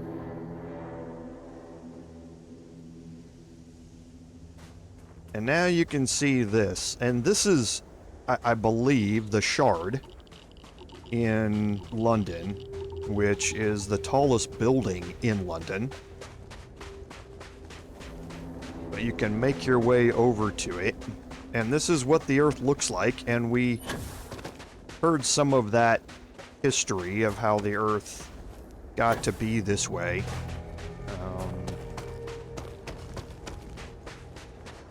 When we were reading through some of the histories at the beginning of the game. But yeah, this is the Shard here. I believe the Shard is just over 1,000 feet or something like that,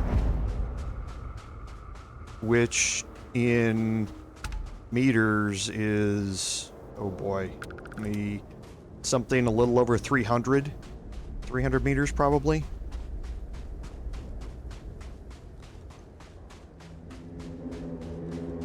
And yeah, when you're actually in London, I've been to London several times. When you're standing at the base of the Shard and you stand right at the base and you look up, you almost get dizzy looking at it because your brain can't process the elevation height there. So it's pretty cool. And then around every landmark, there's going to be a snow globe that you can pick up. Okay, you get XP for it. And that snow globe goes into your inventory. And you can see it's got, looks like it's got the London Eye here. It's got the Shard.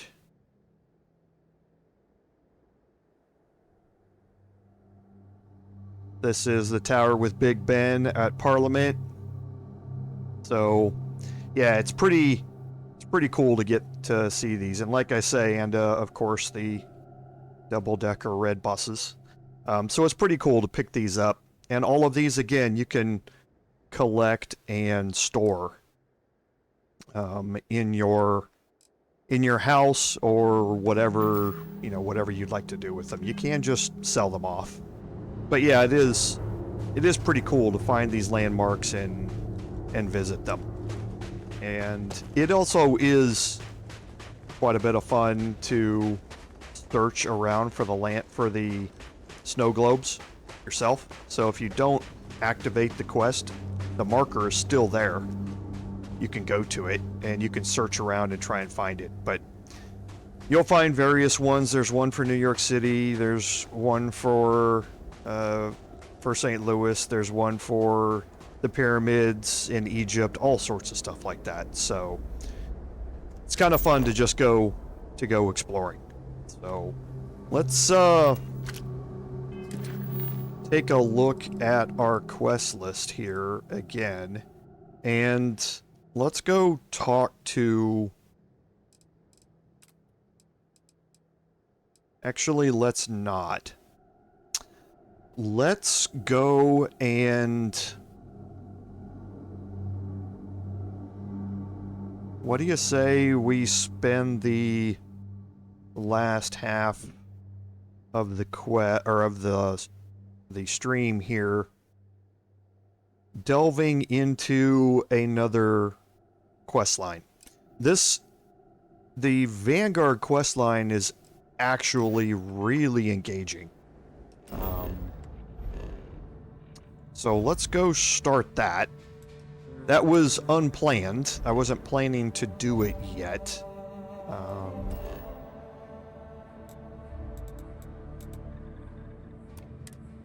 But it actually is pretty engaging.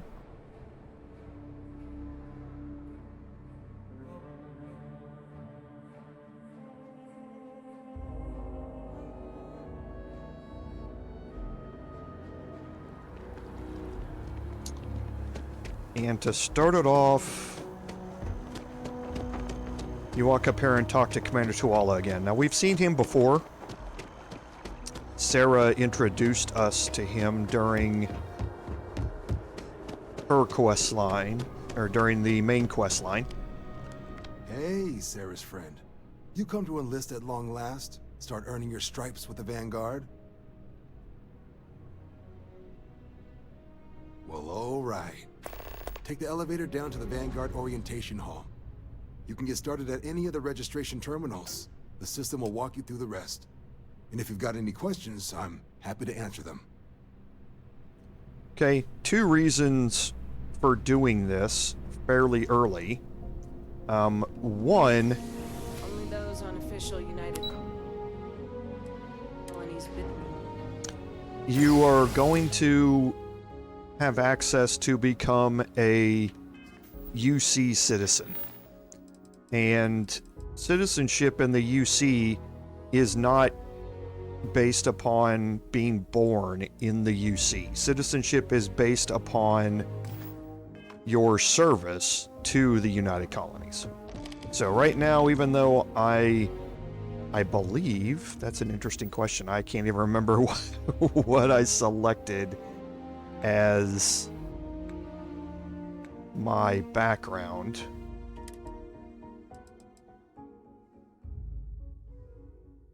Okay, so even though I'm a UC Colonies native here, that does not guarantee me citizenship. Okay? So becoming a UC citizen is the only way that you can purchase property in the UC. So if you want to get a house outside of the lodge, then becoming a citizen of one of either the collective or here are the 2 ways to go about doing that. Okay, so you are going to be able to get access to housing here. However, at the end of this quest line, you're going to be given one of the nicest houses in the game. And you'll get it for free. You won't have to pay for it. It's just going to be given to you. The other thing about this is that you're going to get a lot of credits throughout the Vanguard questline. So if you're starving for money, then go ahead and sign up for this, because you're going to get a lot of credits out of it. So the enlistment agreement is basically telling you what you need to do. So you need to earn a satisfactory grade on a combat flight, successfully complete a probationary mission, and then after that, the UC is going to sponsor your citizenship and guarantees the granting of that citizenship once you have passed a sufficient time in the UC. Okay, so it's not like you get it immediately, when you're, done with your enlistment. You have to wait a certain time. Okay? So, it says to proceed to the examination chamber through the orientation hall. Registration accepted. You may now proceed through the historical displays in the orientation hall, or continue on to the examination. Okay, so it's giving you a couple of options here. Now, when you enlist, if you just go straight through this to the ship combat, and you just pass the minimum requirements in the ship combat simulator, you won't get an enlistment bonus. However, you can get an enlistment bonus, and by going over and above. And one of those things that you can do is to hit all of the histories or these displays here. And it's actually really good lore to help you out about what's been happening with the history that you're getting involved in.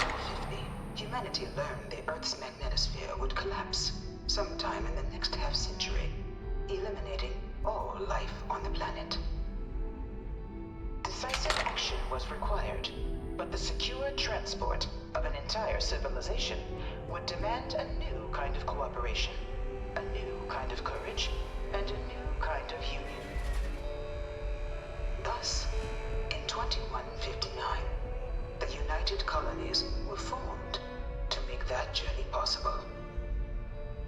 Just 1 year later, the Galileo, the first of many colony ships, touched down here on Jemison, beginning a new era of human history, the age of the United Colonies.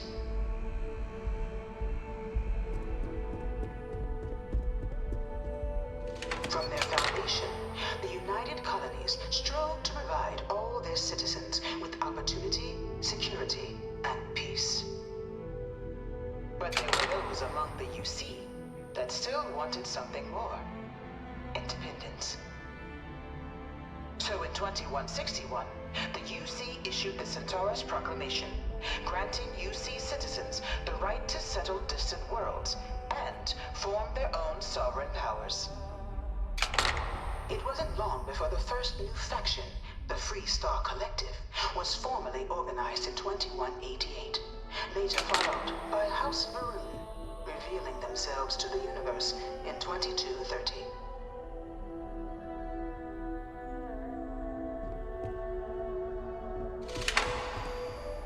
It was only in 2230 that the faction known as House Varoon first made contact with the rest of the settled systems. Founded by the passengers of a colony ship that had left New Atlantis and disappeared 4 decades earlier, House Varoon was a faction unlike any other. A theocracy dedicated wholly to the beliefs of its isolationist founder, Janan Varoon. House Varoon initially made overtures of peace towards the rest of the settled systems. They claimed their only intention was to spread the word of their god, the Great Serpent. But none could have guessed that this worship might take the form of a bloody war, the Serpent's Crusade.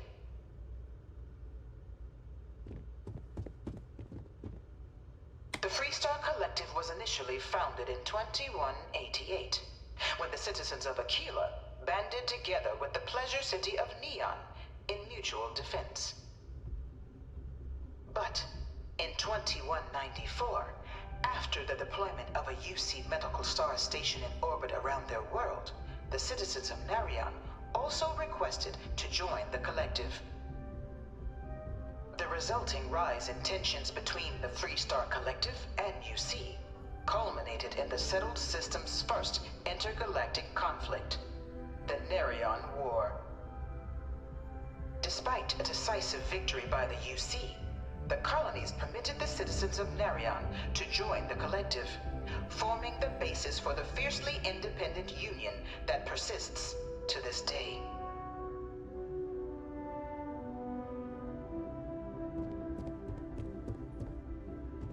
Beginning in 2240, House Varun forces declared all-out war on the rest of human civilization, initiating the Serpent's Crusade.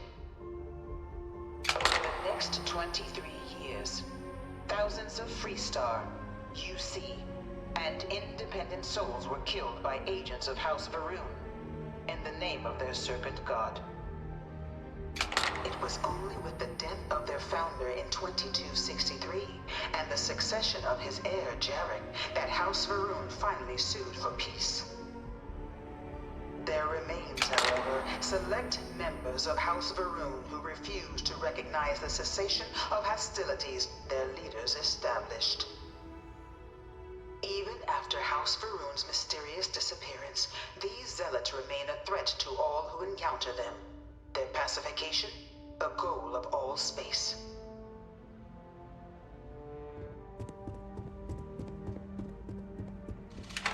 Of the many conflicts between the galaxy's factions, none was more brutal than the recent colony war between the UC and the Freestar Collective. Set off by the unauthorized Freestar colonization of Vesta's Pride in 2308, a direct violation of the Narion Treaty, the colony war spread quickly across the galaxy. Both sides deployed every tool at their disposal. Armadas of warships, mechanized combat platforms, or mechs, even bioengineered alien creatures, the infamous UC xeno-weapons. It was only in 2311 at the Battle of Cheyenne that the scales finally tipped, the Freestar Collective, utilizing their civilian fleet as a human shield, successfully crippled the superior United Colonies Navy. After their shocking victory against the galaxy's greatest navy, the Freestar Collective offered terms of peace, which the colonies, out of an interest in staving off any further human costs, accepted. The galaxy has been rebuilding ever since.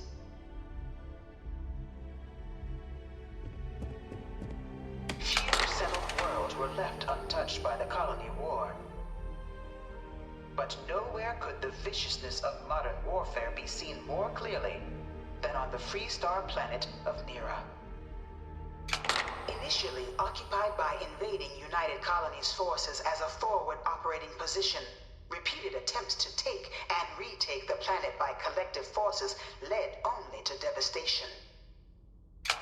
Swaths of the world were transformed into scorched husks, a nightmarish testament to the depths of human ingenuity and human cruelty. And today, Nira remains a continuing reminder to the horrors of unfettered war.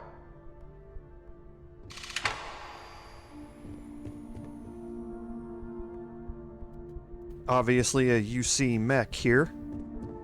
Get to see what you would have been dealing with on the front line of the colony war. And I bring her here almost every day to stare at this thing. Dad wanted me to apply for the administration track at school, but I'm going to be a xenobiologist. It's science division or nothing. a bioengineered xeno weapon, so I don't know which is more terrifying. Actually, I do. This. The psychological impact of this over this is quite different for most people, I would think, but...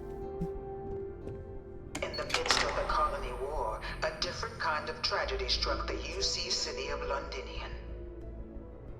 A newly constructed but critical supply center for the United Colonies' war effort Londinian found itself overrun by one of the galaxy's most mysterious predators, the Terrormorph.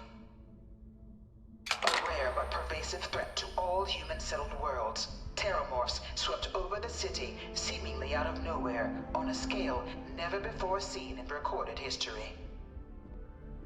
Valiant efforts by the UC military slowed the onslaught, but the creatures proved unstoppable. Ultimately, the decision was made to destroy the Londinian spaceport, sealing off the city, the outbreak, and its citizenry from the galaxy at large. The tragedy of Londinian is mourned by the UC to this day.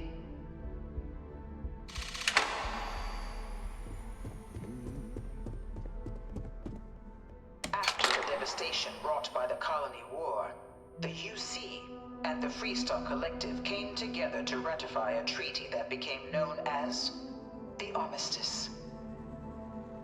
Both sides agreed to a vast reduction in standing forces, and that xeno-weapons and mech warfare would be outlawed. All related research was sealed away, accessible only in cases of dire emergency. But the Collective had another demand, that the active commanders of the UC military stand trial for their actions. The United Colonies, in the interest of peace and galactic security, agreed. In 2311, 3 United Colonies senior officers were found guilty. Commander Henry Durant, General Indira Rastogi, and Fleet Admiral Francois Sanon, known better as Vae Victis. All were sentenced to death for their actions, bringing the colony war to a close and returning peace to the galaxy at long last.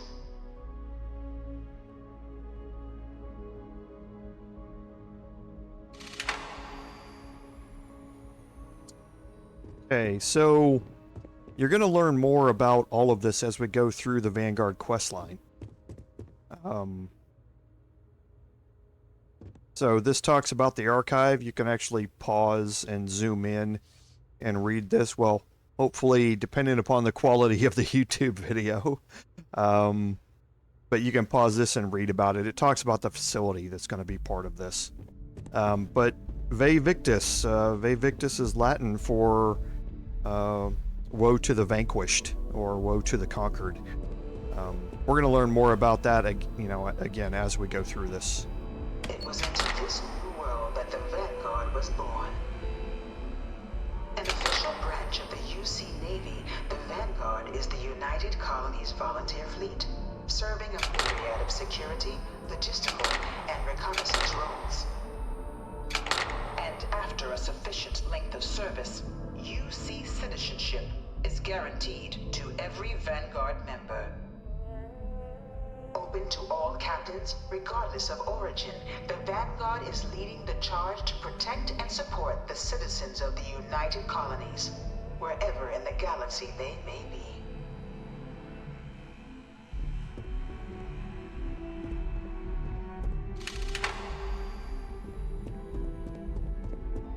No one is born a United Colony citizen.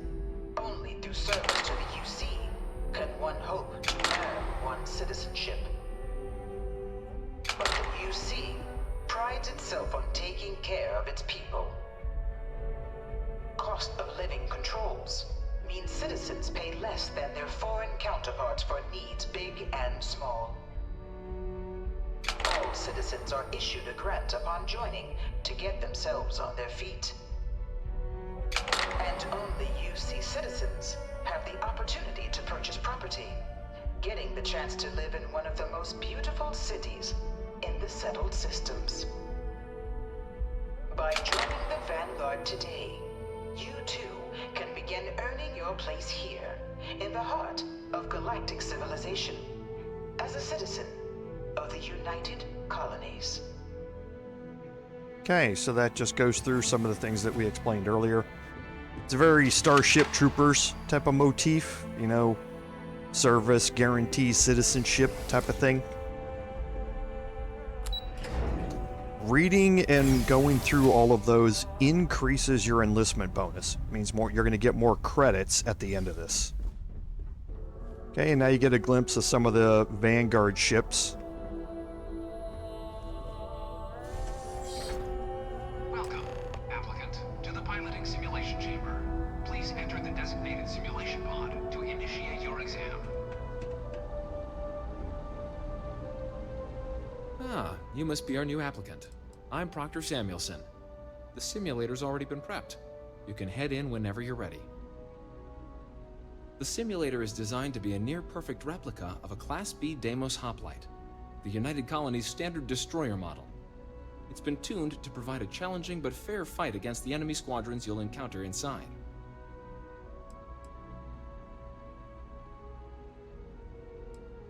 While I can't answer that question directly, I will say this. Due to the solitary nature of our work, resourcefulness is a critical tool in any Vanguard pilot's repertoire. You're permitted, even encouraged, to use whatever tool you're able to find in there. Of course, you'll be running through a high-realism combat flight simulation, engineered by members of the UC science staff, right here in Mast. Your task is to defeat at least 3 tiers of simulated opponents. Accomplish that, and you pass the exam, and can then proceed on to your probationary mission. However, if you defeat more than 3 tiers of enemies, your required enlistment time for citizenship will be reduced, and your enlistment bonus increased. But you're welcome to try as many times as you like before returning to Commander Tuala to proceed on to the next step in your application process. We'll only keep the highest score you manage to achieve in there. All right then. Okay, so a couple of key things there. First, he told you that you need to pass 3 different waves. That's the first thing. And the next, it said that you were encouraged to use any and all tools you find in your simulation to be able to help you pass. And one of those is here on the wall. This is the Mark 18 Flight Simulation Chamber applicant, currently in orbit around a high-detail recreation of a remote world. When you're ready to begin, please take a seat in the pilot's chair. Okay, so if you go into the simulation controls here, you can see there's a debug tools option. And it says the debug tools are only available once they're active. Okay? Now, the debug tools, and I'm going to explain this now because when you're actually in this simulation, you're on a timer between waves. So you're going to have to quickly get over to the debug tools to utilize them in between waves, which means getting up out of your chair, walking over here, triggering them, getting back into your chair before the next wave starts. So, explaining them now, once they're active, you're going to have access to 3 different debug tools. You're going to have one that increases your shields. You're going to have, well, let me make sure this is right. I think this is right. You're going to have one that increases your shields. You're going to have one that increases your weapons, and you're going to have one that adds an ally ship to the fight with you. Now, each one of those only lasts for 1 wave. So you can use all 3 of them on the same wave, if you would like, or you can use one of them for each of 3 waves, or 2 on a wave and the last one on a different wave, or whatever. There is a way to cheese this, to have these be active all of the time, or there used to be. I haven't tried it since. But what we're going to do is we're going to get our minimum of 3, and then the 4th wave that you start is not that difficult. The 4th wave is really a one-on-one fight. It's a tough ship, but it's still a one-on-one fight. The 5th wave is where things escalate dramatically, and we're going to activate all of our debug tools in between the 4th and 5th waves and see if we can make it through the 5th wave. We're not going to be able to I'm not going to try and illustrate how to make it through all 6 waves here. There are a bunch of guides on how best to do that, but a lot of it comes down to luck as well. And again, on these not so live streams in this case, I don't save and reload. I just take whatever comes. So, and I'm not going to spend an hour or two sitting here running through this over and over and over again. So, but you are encouraged to use these debug tools. In fact, if you use the debug tools, your enlistment bonus increases, because they view that kind of like Captain Kirk and the Kobayashi Maru scenario.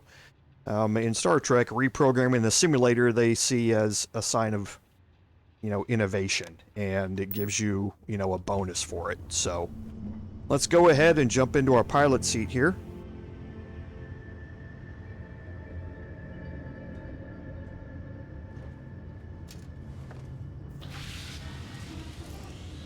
Your exam is simple.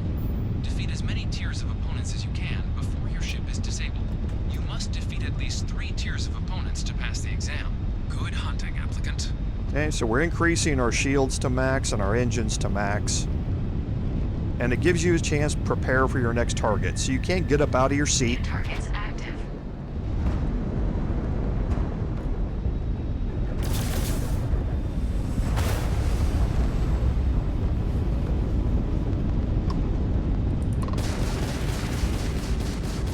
And again, these first few aren't going to be that difficult.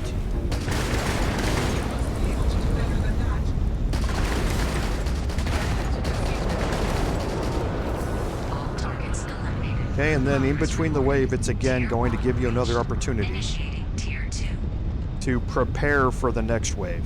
So this is when you would hold E to get up out of your seat and get ready for the next one. So here we're now 2-on-1.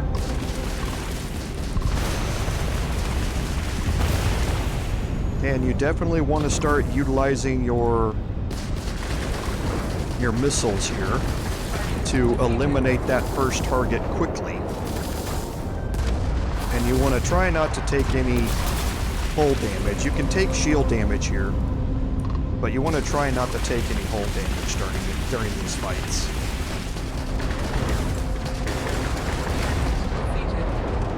And you can start utilizing the asteroids to your benefit. Tier 2 reached. Initiating Tier 3.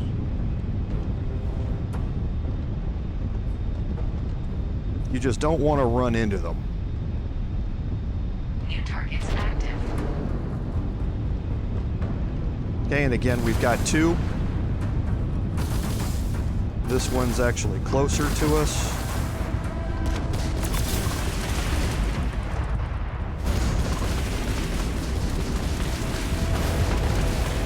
Okay, and he boosted, so we're going to turn and boost after him.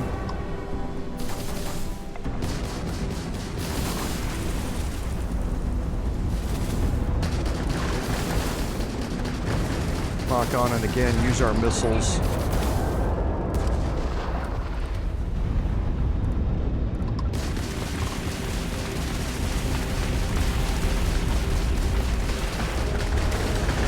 Okay, now once this ends, you're going to quickly get up out of your seat. Targets eliminated.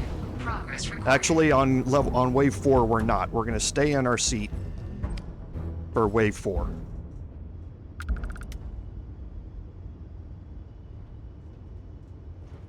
Tier 3 reached. Congratulations, applicant. You've defeated sufficient opponents to pass the exam. You may now exit the simulator through the hatch to record your current score, or stay and try your hand at the remaining tiers. And like I say, for wave 4, you should be fine. Wave 4 is 1-on-1. It's a more powerful ship, so you want to stay out of the line of fire. So you don't want to stay in front of it. New targets active. But you can see up in the top left, it's a 1-on-1 fight here. So you want to boost and stay out of the line of fire for it. But once you get around in behind it, it's pretty easy to kill it. You're actually going to have to slow down when you're in behind it.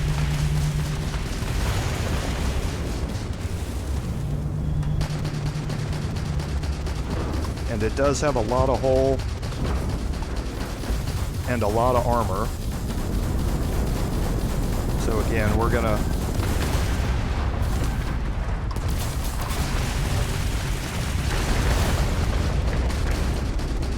and then as soon as we destroy this ship, we're going to get up out of our seat. All targets eliminated. Progress recorded. Now here, like I say, this wave is hard. It's really hard. So I'm gonna break out all of the debug tools here. Shield upgrade, damage upgrade, and generate an ally.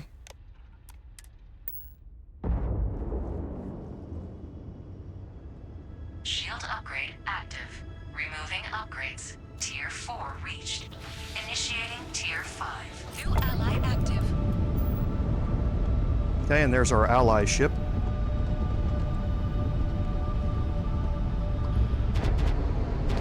And here we go.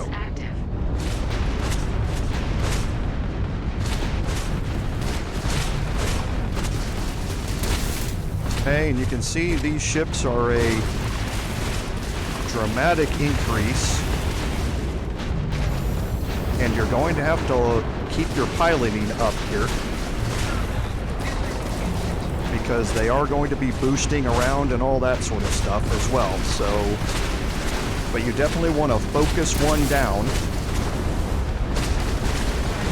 and then make sure that you're boosting away to maintain your shields as best you can here.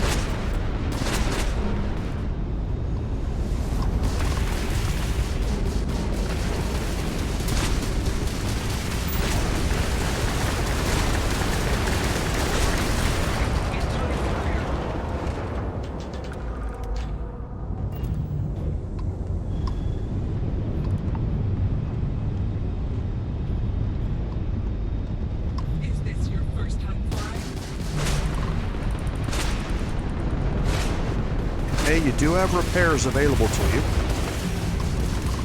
so use them.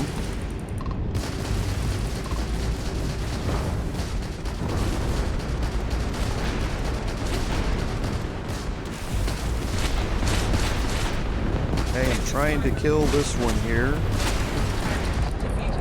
Okay, so I'm going to repair again, and now your goal here is to stay in behind this guy.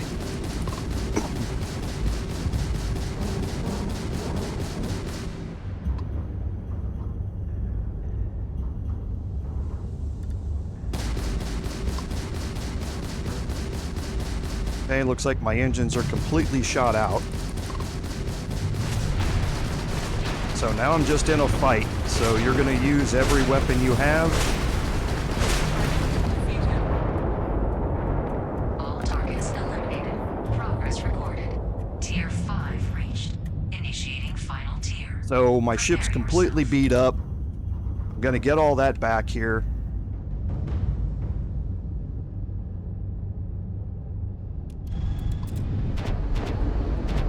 But like I say, I am not going to make it through this tier.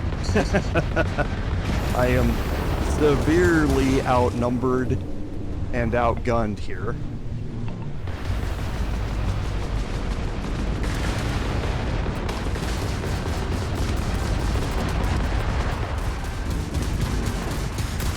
Simulation. You have passed, applicant. You may proceed to the exit hatch to log your results, or restart the exam from the simulation's control terminal. Okay, so you can, your ship's been destroyed.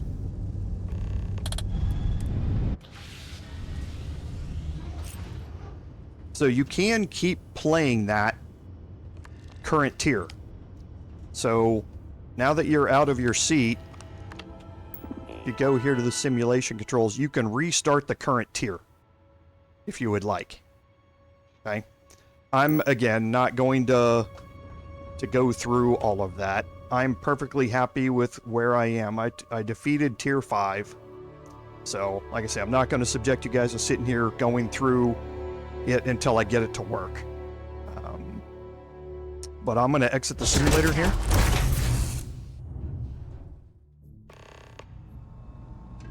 Congratulations, applicant. You've passed. Thank You you. can head up to Commander Tuala to receive your final results and your probationary assignment. Or you're welcome to take another run at the simulation if you'd like to try and earn... Okay, so I'm going to go back up and talk to Commander Tuala, and we'll get our enlistment started.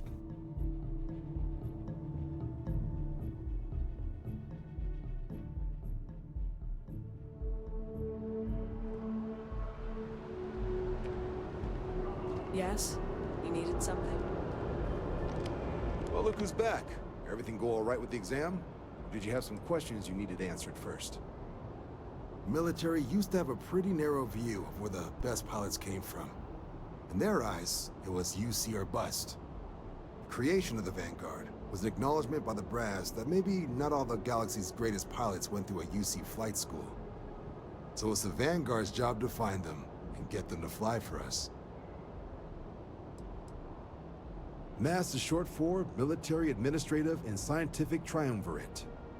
From here, the three co-equal divisions of the UC government work together to advance the cause of the colonies. Be that through mutual defense, political and diplomatic strength, or scientific discovery. Now, serving any of the UC's divisions grants citizenship, but scientific and admin positions in the UC tend to be real competitive.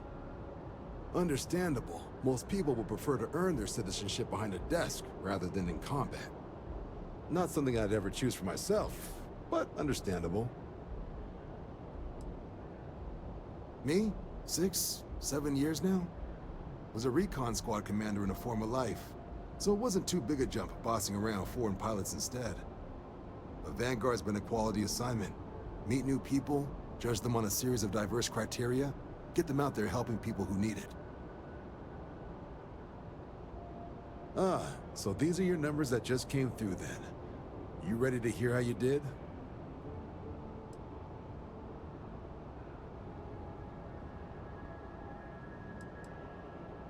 I like the fire, applicant. Let's get into it. So, looking at the data? Hit every mural in the orientation hall, huh? A test of preparation and thoroughness. Two traits the Vanguard values highly. Psychological results are all within expected levels. Navy doesn't have room for folks that'll fall apart the first time they're trying to outrun a homing missile. Oh, you found the debug system in the simulator. Nicely done. Curiosity and resourcefulness are skills our recruits need. Now, how'd you do against your foes? Clear tier 5, huh? Damn impressive. I swear they start cheating at that level, but the techs claim it's fair. Either way, you've got the skills the Navy needs. So then, looking at your results as a whole, and factoring in that you managed to utilize all the tools at your disposal, once you've successfully completed your probationary mission, you could have your UC citizenship after only 5 years. You showed real potential in there. We want to make sure you're fighting on our side. Even authorized me to offer you a bonus in addition to your signing advance. Sounds like you're just the type of pilot the Vanguard's looking for. If you're interested, we could bring you on as a provisional member today. Get you the credits you've earned, then send you out on your probationary mission. First, though, all UC service people, provisional or otherwise, are required to swear an oath. So, you want to make this official? Commit yourself to the cause of the colonies? Fantastic. Then just follow me. Okay, so you see all of those things he was impressed at. You know, spending more time in the orientation hall, finding the debug tools, advancing to higher levels in the simulator. All are going to lower the amount of enlistment time you need before you become a citizen, as well as give you a bonus on top of your enlistment signing credits. So we're not going to have to worry about the time in service, though. Completing this quest line will grant you immediate citizenship. It's one of the perks of finishing this quest.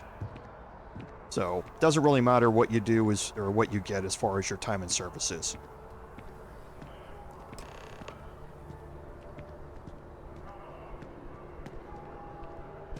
Wouldn't be right doing this where we couldn't see the skies. Now, raise your right hand. The motto of the Vanguard is Supra et Ultra, above and beyond. That is where we serve, beyond the furthest reaches of the United Colonies military, and with honor and duty above reproach. Do you swear to protect and defend the citizens of the United Colonies to the best of your abilities? And to uphold the values of the Vanguard, honor, loyalty, self-reliance, in all your actions as a member of the United Colonies Navy? Then let me be the first to officially welcome you to the United Colonies Vanguard. Now, only thing left is getting you that probationary mission.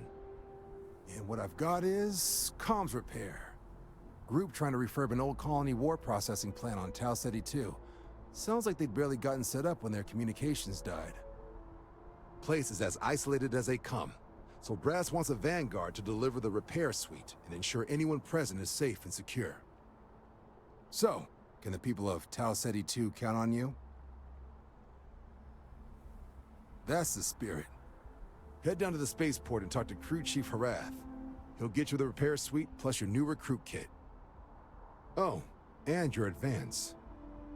Give it your all out there. Supra et Ultra. Okay, so you get a good-sized chunk of credits there just for starting this off. And now we're going to go check with the crew chief here.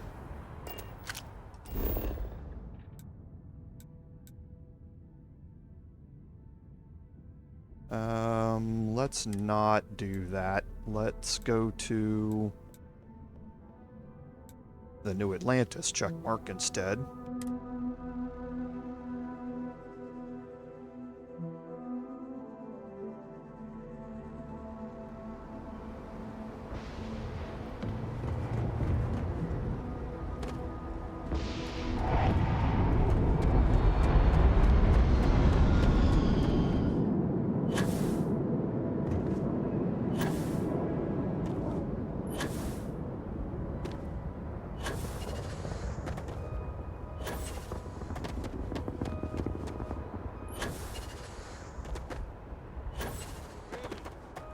She managed to limp back here at all. Pull it for leeches, get it fixed up, and let her know we'll have it ready as soon as we can. Yes, sir.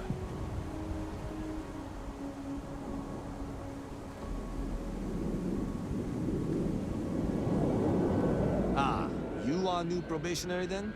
Crew Chief Herath. Pleasure to be working with you. It's my job to make sure all you rocket jockeys are ready for anything that comes at you up there. Now, Manifest says we're fitting you out with one comms repair suite.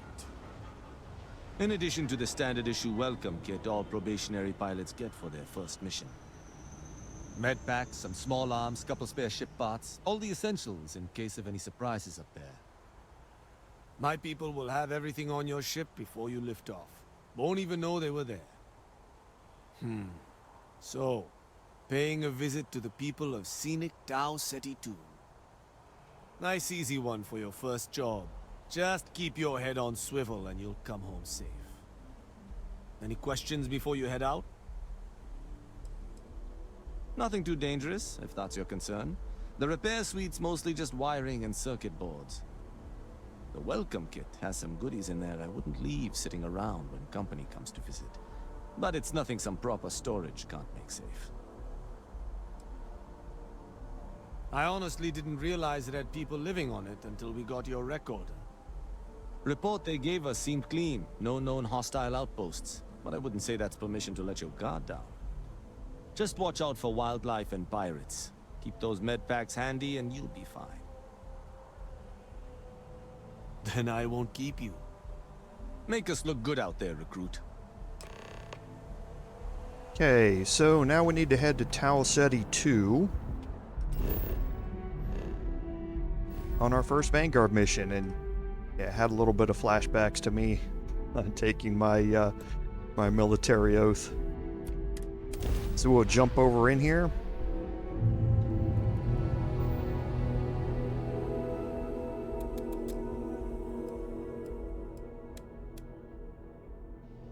Don't know why, that's another common complaint We don't know why it sometimes randomly resets your power functions down there in the lower left. It just does. It's some weird things. It's been talked about in the forums quite a bit. So we'll see if that ever gets locked in. But looking at our map, we can land here. The Tau Gourmet Production Center.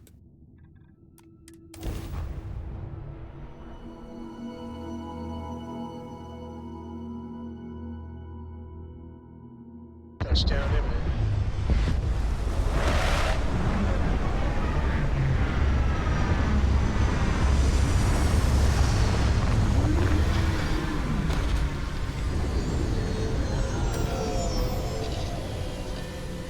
Okay, we're just going to get up for now, because I do want to take a look at my inventory. And because they gave us a professional's calibrated rattler, which we don't need. We can get rid of our other mines here. We can equip our frag grenades again. We want to store all of our resources.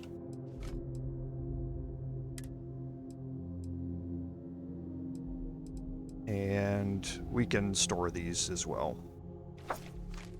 We're not going to sell the snow globes. We're actually going to keep those. Ah, the Aquila. We'll deal with that later on. We're not going to be able to do anything with that anyway. Okay. So now we are going to... Actually, let's check our skills first before we heal up. So here's medicine. So we're at 17 out of 50 to get to rank 3. So that's perfectly fine. We can... Let's see if there are any other skills we want to invest in while we're here. So one other thing to be aware of is targeting control systems. This unlocks the ship's targeting functionality. There's a way to be able to disable ships. Well, there are two ways to disable ships rather than destroying them. When you disable a ship, you can board it and you can take over the ship, and then you can register that ship and then sell it for credits. We talked about doing that before. I don't think it's a great way to earn credits, but depending upon the size of the ship and the enemies that you find on it, their gear is automatically looted onto your ship as soon as you take it over. So their gear can be quite a bit of money. But targeting control systems allows you to unlock an ability to target a ship's engines or weapons or something like that and disable it rather than killing it. You can also use electromagnetic weaponry on your ship, kind of like ion blasters in Star Wars, to disable ships. They do a lot less damage to hull than they do to systems, and they can knock out and disable an enemy ship. But targeting control systems lets you use regular weapons and target a ship's engines and disable it. Now their weapons won't be, so if you're sitting right in front of that ship, it can still shoot you, but it can't move anymore. So you're able to board it really easily. So this is always something that's useful, and it can become very useful as part of a couple of quest lines, specifically the one where you go undercover to the Crimson Fleet. You're now able to disable the ships and board them as opposed to destroying them. And that can help you kind of, depending upon how you want to play that quest line.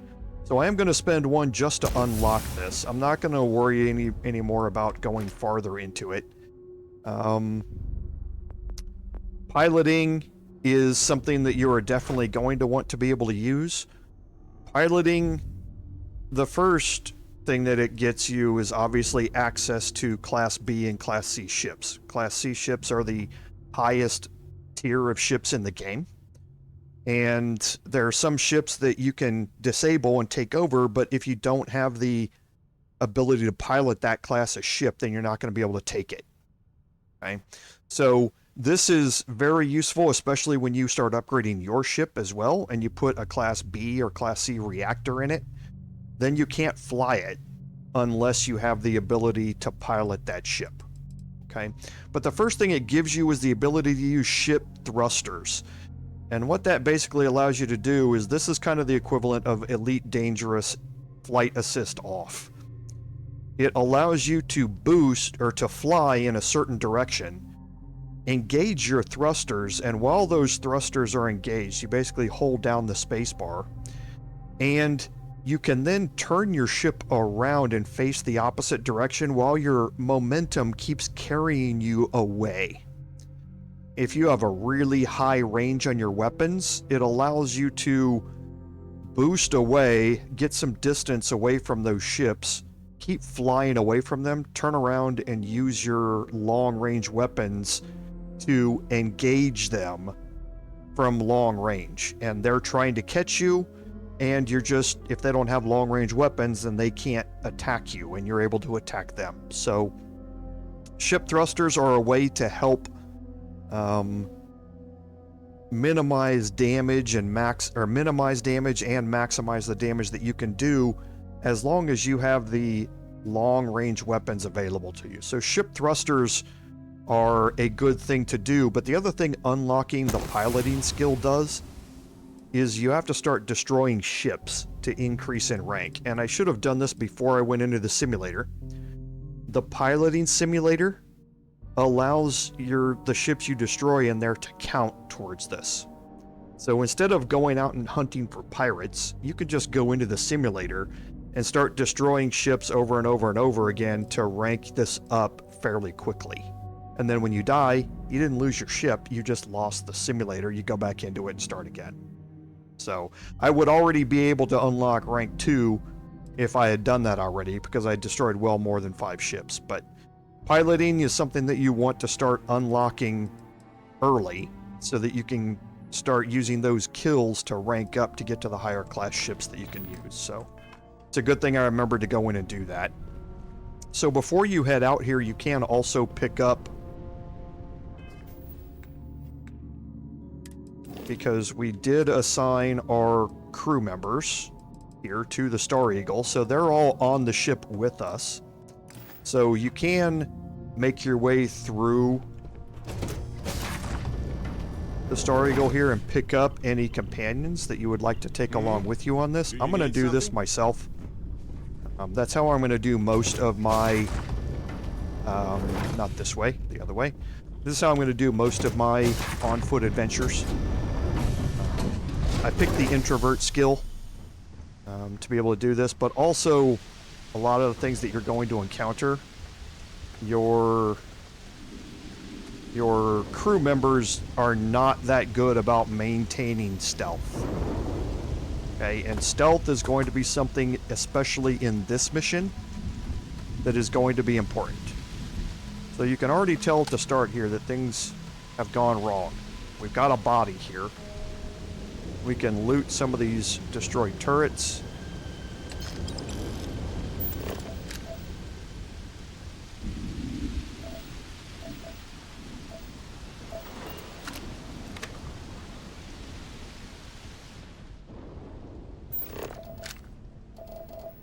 The iron that you're seeing is because that's in the biome that we're in. That's not because you can loot any iron. You can see that the ground is red. If you set an iron extractor as part of the outpost building things on top of this, it's going to start extracting iron. Doesn't mean that you can get your cutter out and loot it. So there's nothing that's going to be impacting for us here. I'm just looking around to see what other things we can possibly loot in here.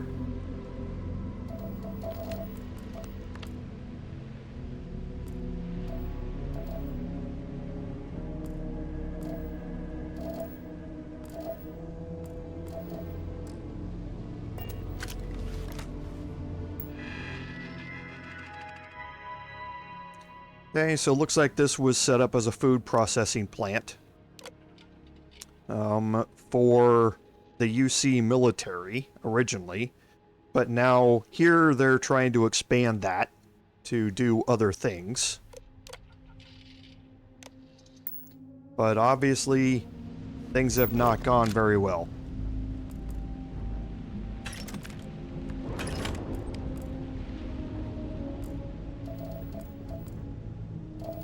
Antique videotapes that you're going to find, it's an old VHS tape, are going to have low mass and high value.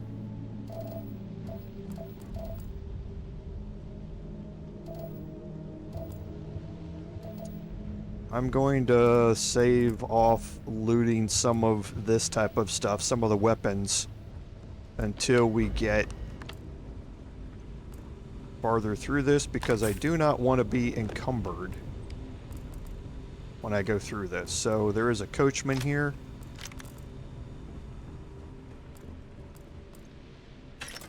Some more ammunition. Med packs are going to be very, very useful.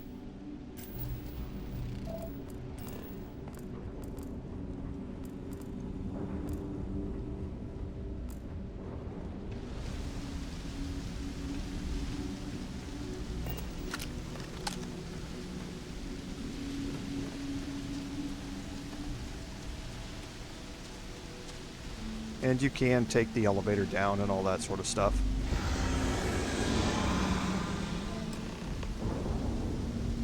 Okay, so that wasn't great.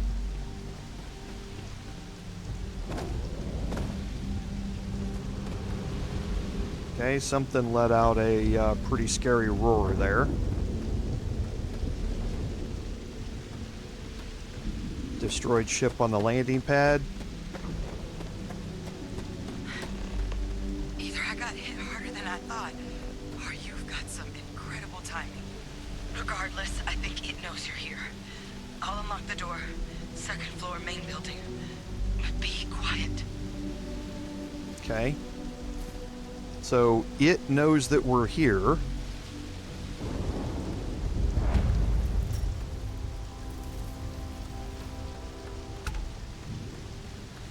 like we've got some destroyed robots here.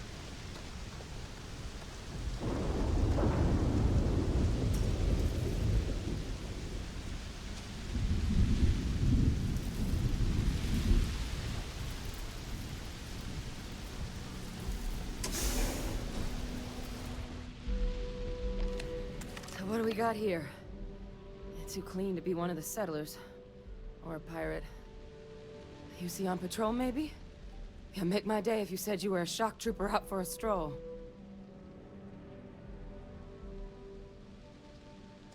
Vanguard, huh?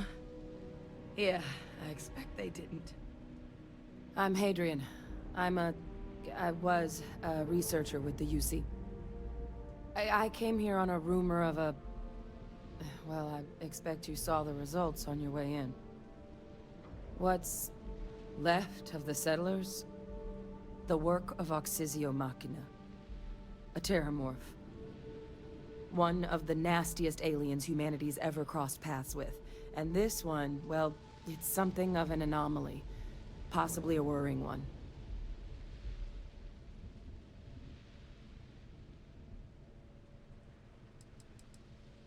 I managed to scope out a fair bit of the facility before it found me.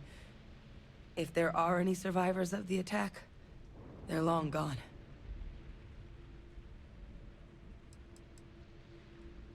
Terrormorphs have a unique growth cycle. They're usually only found on worlds that have been long colonized by humanity. But Tao said he's too young to have one. Yet here it is. I came looking for an explanation and found all this. Among apex predators, they're the pinnacle. Resilient, agile, smart, and their mental prowess only increases with age. Some can even dominate the minds of weaker species, keeping them as pets, livestock, or toys. They're creatures without peer.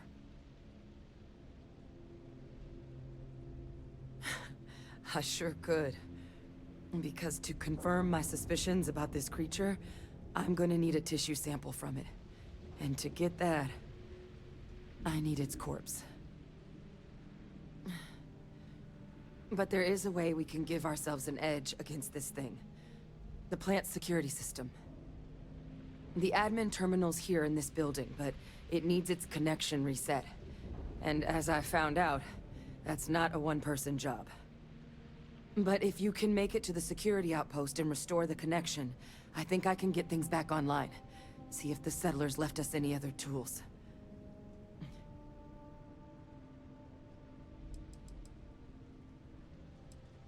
It's the building in the middle of the facility.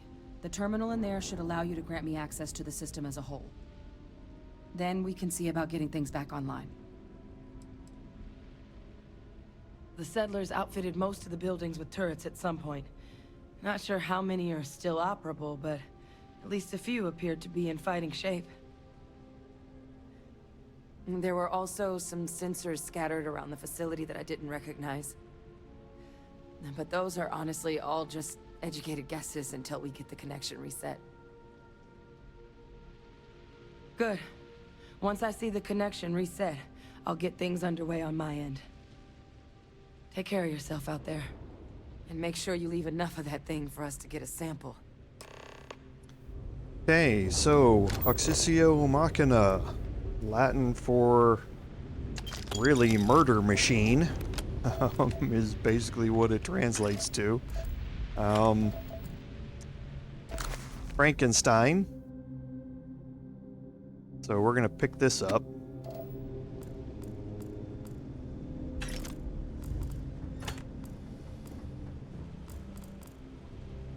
Okay, I have some mines here, some more ammunition.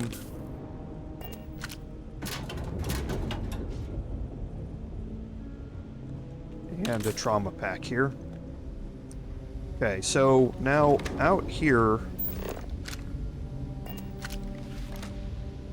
stealth is going to be key as you're going through all of this. As I said, I'm not going to be looting a whole lot as we're going through this. I'm not going to go searching all of it. I will do that off stream. But we want to stay hidden as we go through this here. This first part, you don't have to, I don't think.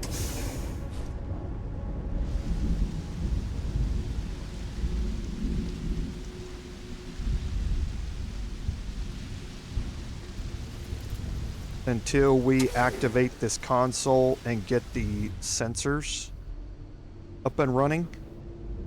But it's not a bad idea. You're going to run across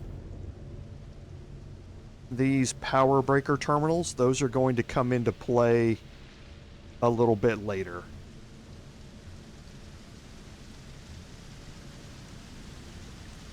And we can't get out this way. We can, we just don't want to. So we'll go back out this way and head into the door over here. Right there.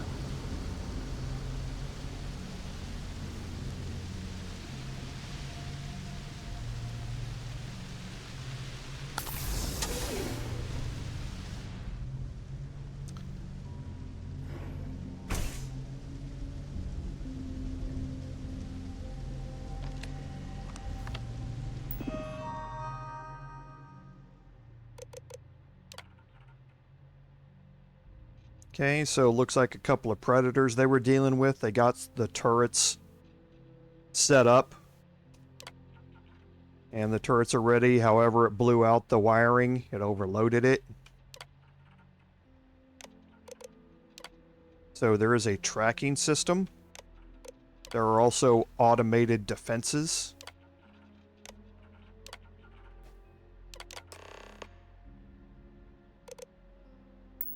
Connection restored.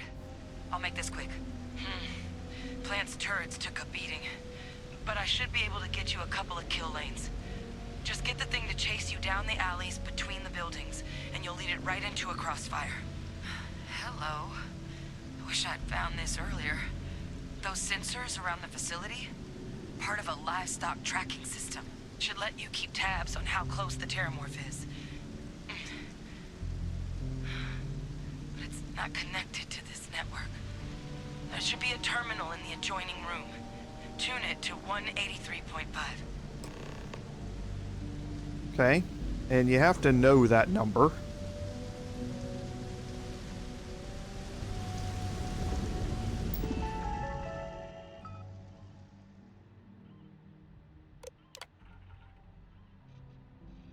Okay, so you can find out more about the tracking system. So it lets you know where they are and how many animals are around.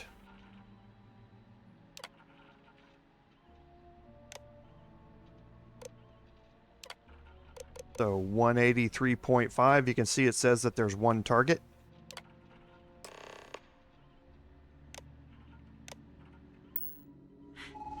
Tracker's reading green. What's that sound? Security lockdown is active.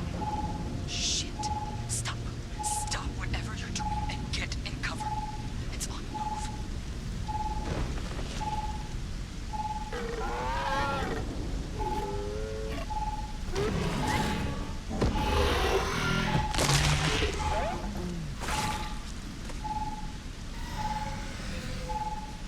Look, I wouldn't engage directly if you could avoid it. The kill lanes. They're set up but need power. There's breakers on each of the buildings you can throw to get them live. Once they're online, lead the Terrormorph towards the lights and watch the fireworks. Give it hell, Vanguard. Okay, so now you're going to get a marker that is going to, or a sound that is going to indicate where the target is, and up in your right hand corner you're going to see a distance mark or a distance readout pop up periodically, and it just went from like 50 meters to 37 meters.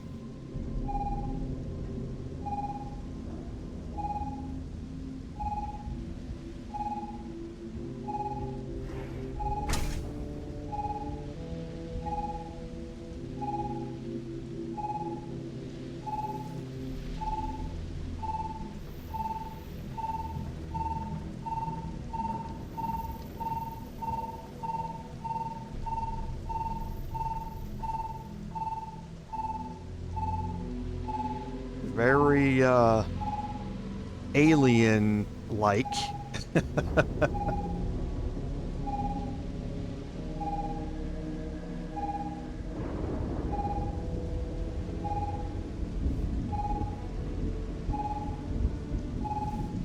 Its movements are random.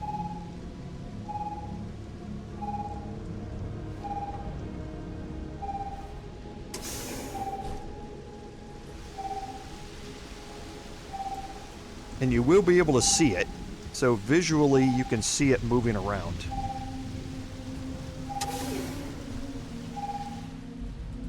It can't open doors, but it can get into facilities like this that are open, like this.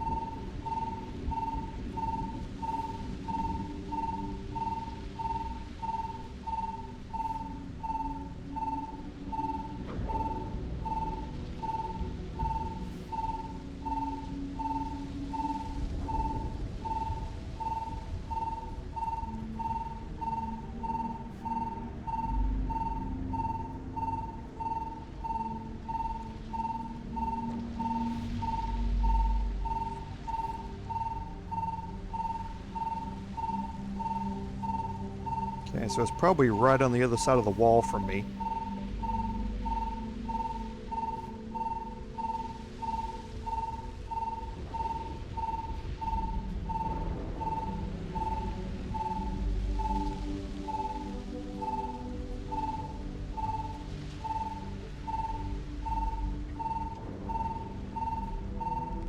And it doesn't want to leave me alone.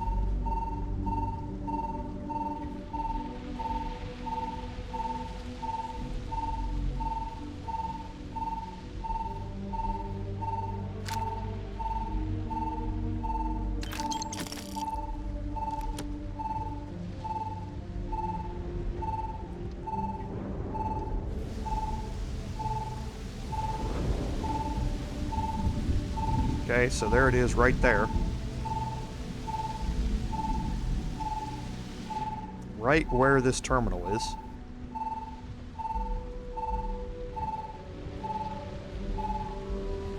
So let's go see if we can activate some of the others first and maybe draw it towards us. Or draw it towards these locations and free up this one.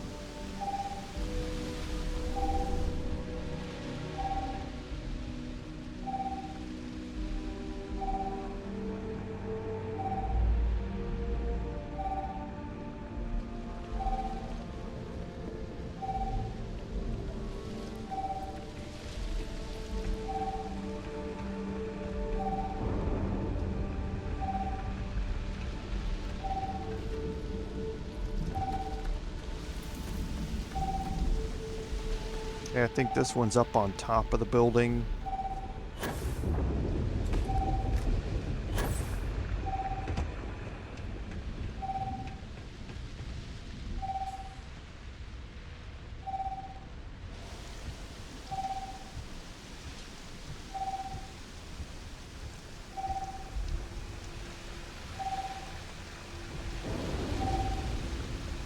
Okay, so it's right there, so we're going to take the pipes over there.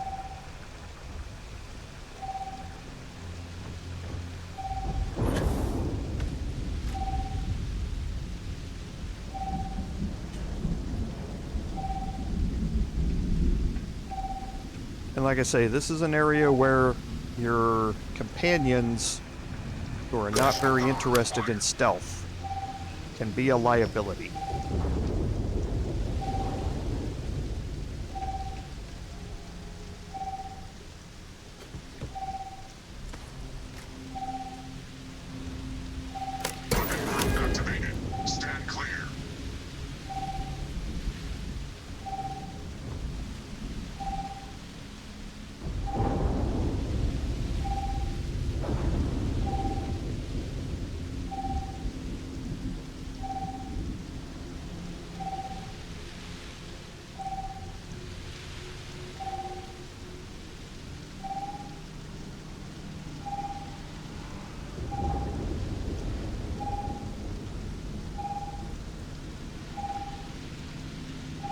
I'm gonna try and get eyes on it. Okay, this one's probably down back there, down there in that building.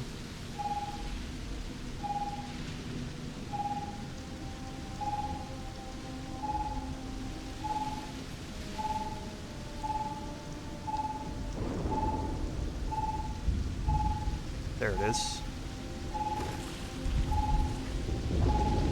And it can jump really high and really far, so you are not safe on rooftops.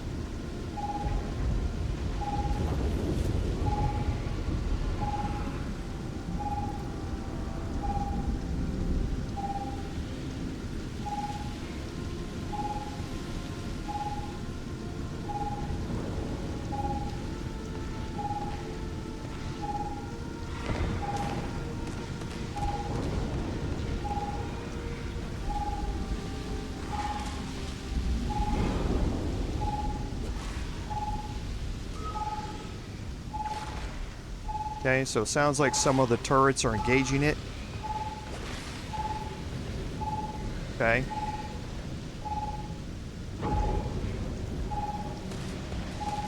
That means I think that's that kill lane back there. So we're going to take this opportunity.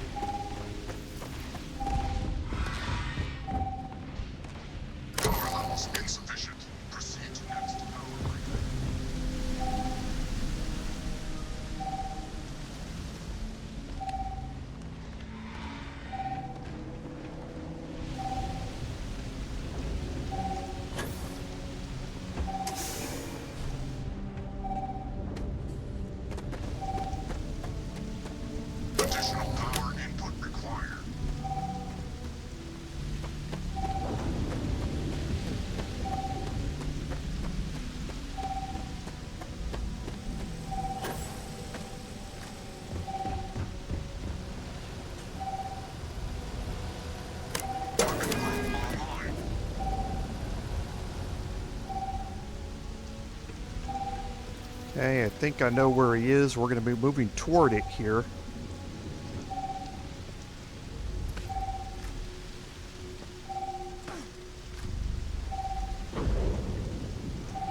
But we need to get up top over there. And to do that, you can jump on this railing and then on top of the door.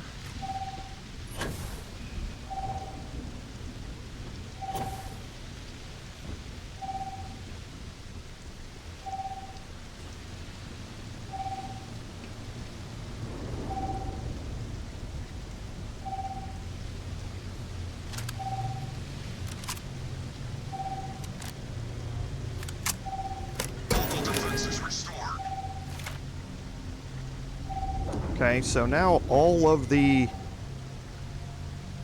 kill lanes are open and operational to help you out here.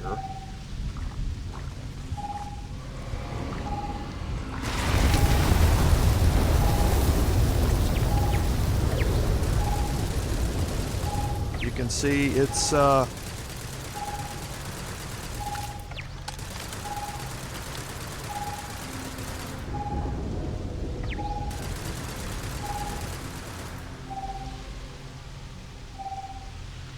okay, so it does get shot at by the turrets. This kill lane over here, I find, is a better one to utilize. Oh, there he goes.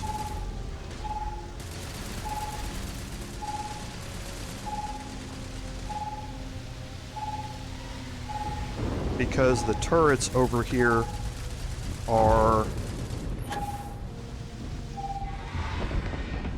all above ground and all visible, so they all have a clear line of sight, as opposed to those ones you just saw, which were mounted on the side of the buildings.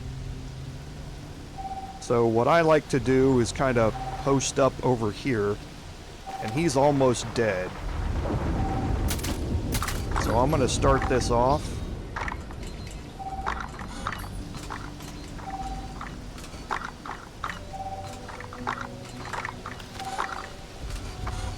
And see if he's going to come my way or not.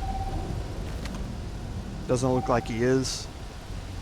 Looks like he's going to be taken out. Okay. We got our one little hit in there, so I can claim that we killed it. We didn't get the XP for it.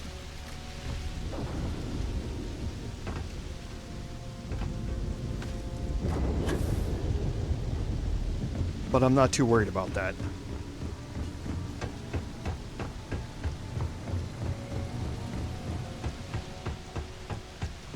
A lot of times once you engage him, he will actually start moving toward you over there, and he'll be getting shot by the turrets here as well as the turrets over there, and if you land continuous shots on him, then you'll get the XP for doing it. Okay. So we killed the Terrormorph. So I think with that, that is a good point for us to end the live stream. What we're going to do is head back to Hadrian and talk to her, but until that point, what I'm going to do off stream is go around and loot and just pick up all the items that are in here. And at that point, we'll be overloaded when we go back to talk to Hadrian, but we're at the end of the quests now anyway, so being overloaded isn't that big a deal. So we'll pick up from there next week, I think. And remember, by next week, I mean the Wednesday after this goes live. I'll be back from our family emergency by that time. But before that, on this coming weekend, after this video goes live, you will have the Baldur's Gate 3 live streams, both the Paladin and the Bard. I'll be back in town for those. So check the community tab for the announcements to make sure that I'm all back. Who knows, something may go wrong, but check it and we'll make sure, and I hope to see everybody next week. So I'd like to thank everyone for joining me today on the video, not the not so live stream. Without your support, none of this would be possible. As always, this is Commander Jorval saying until next time, fare thee well.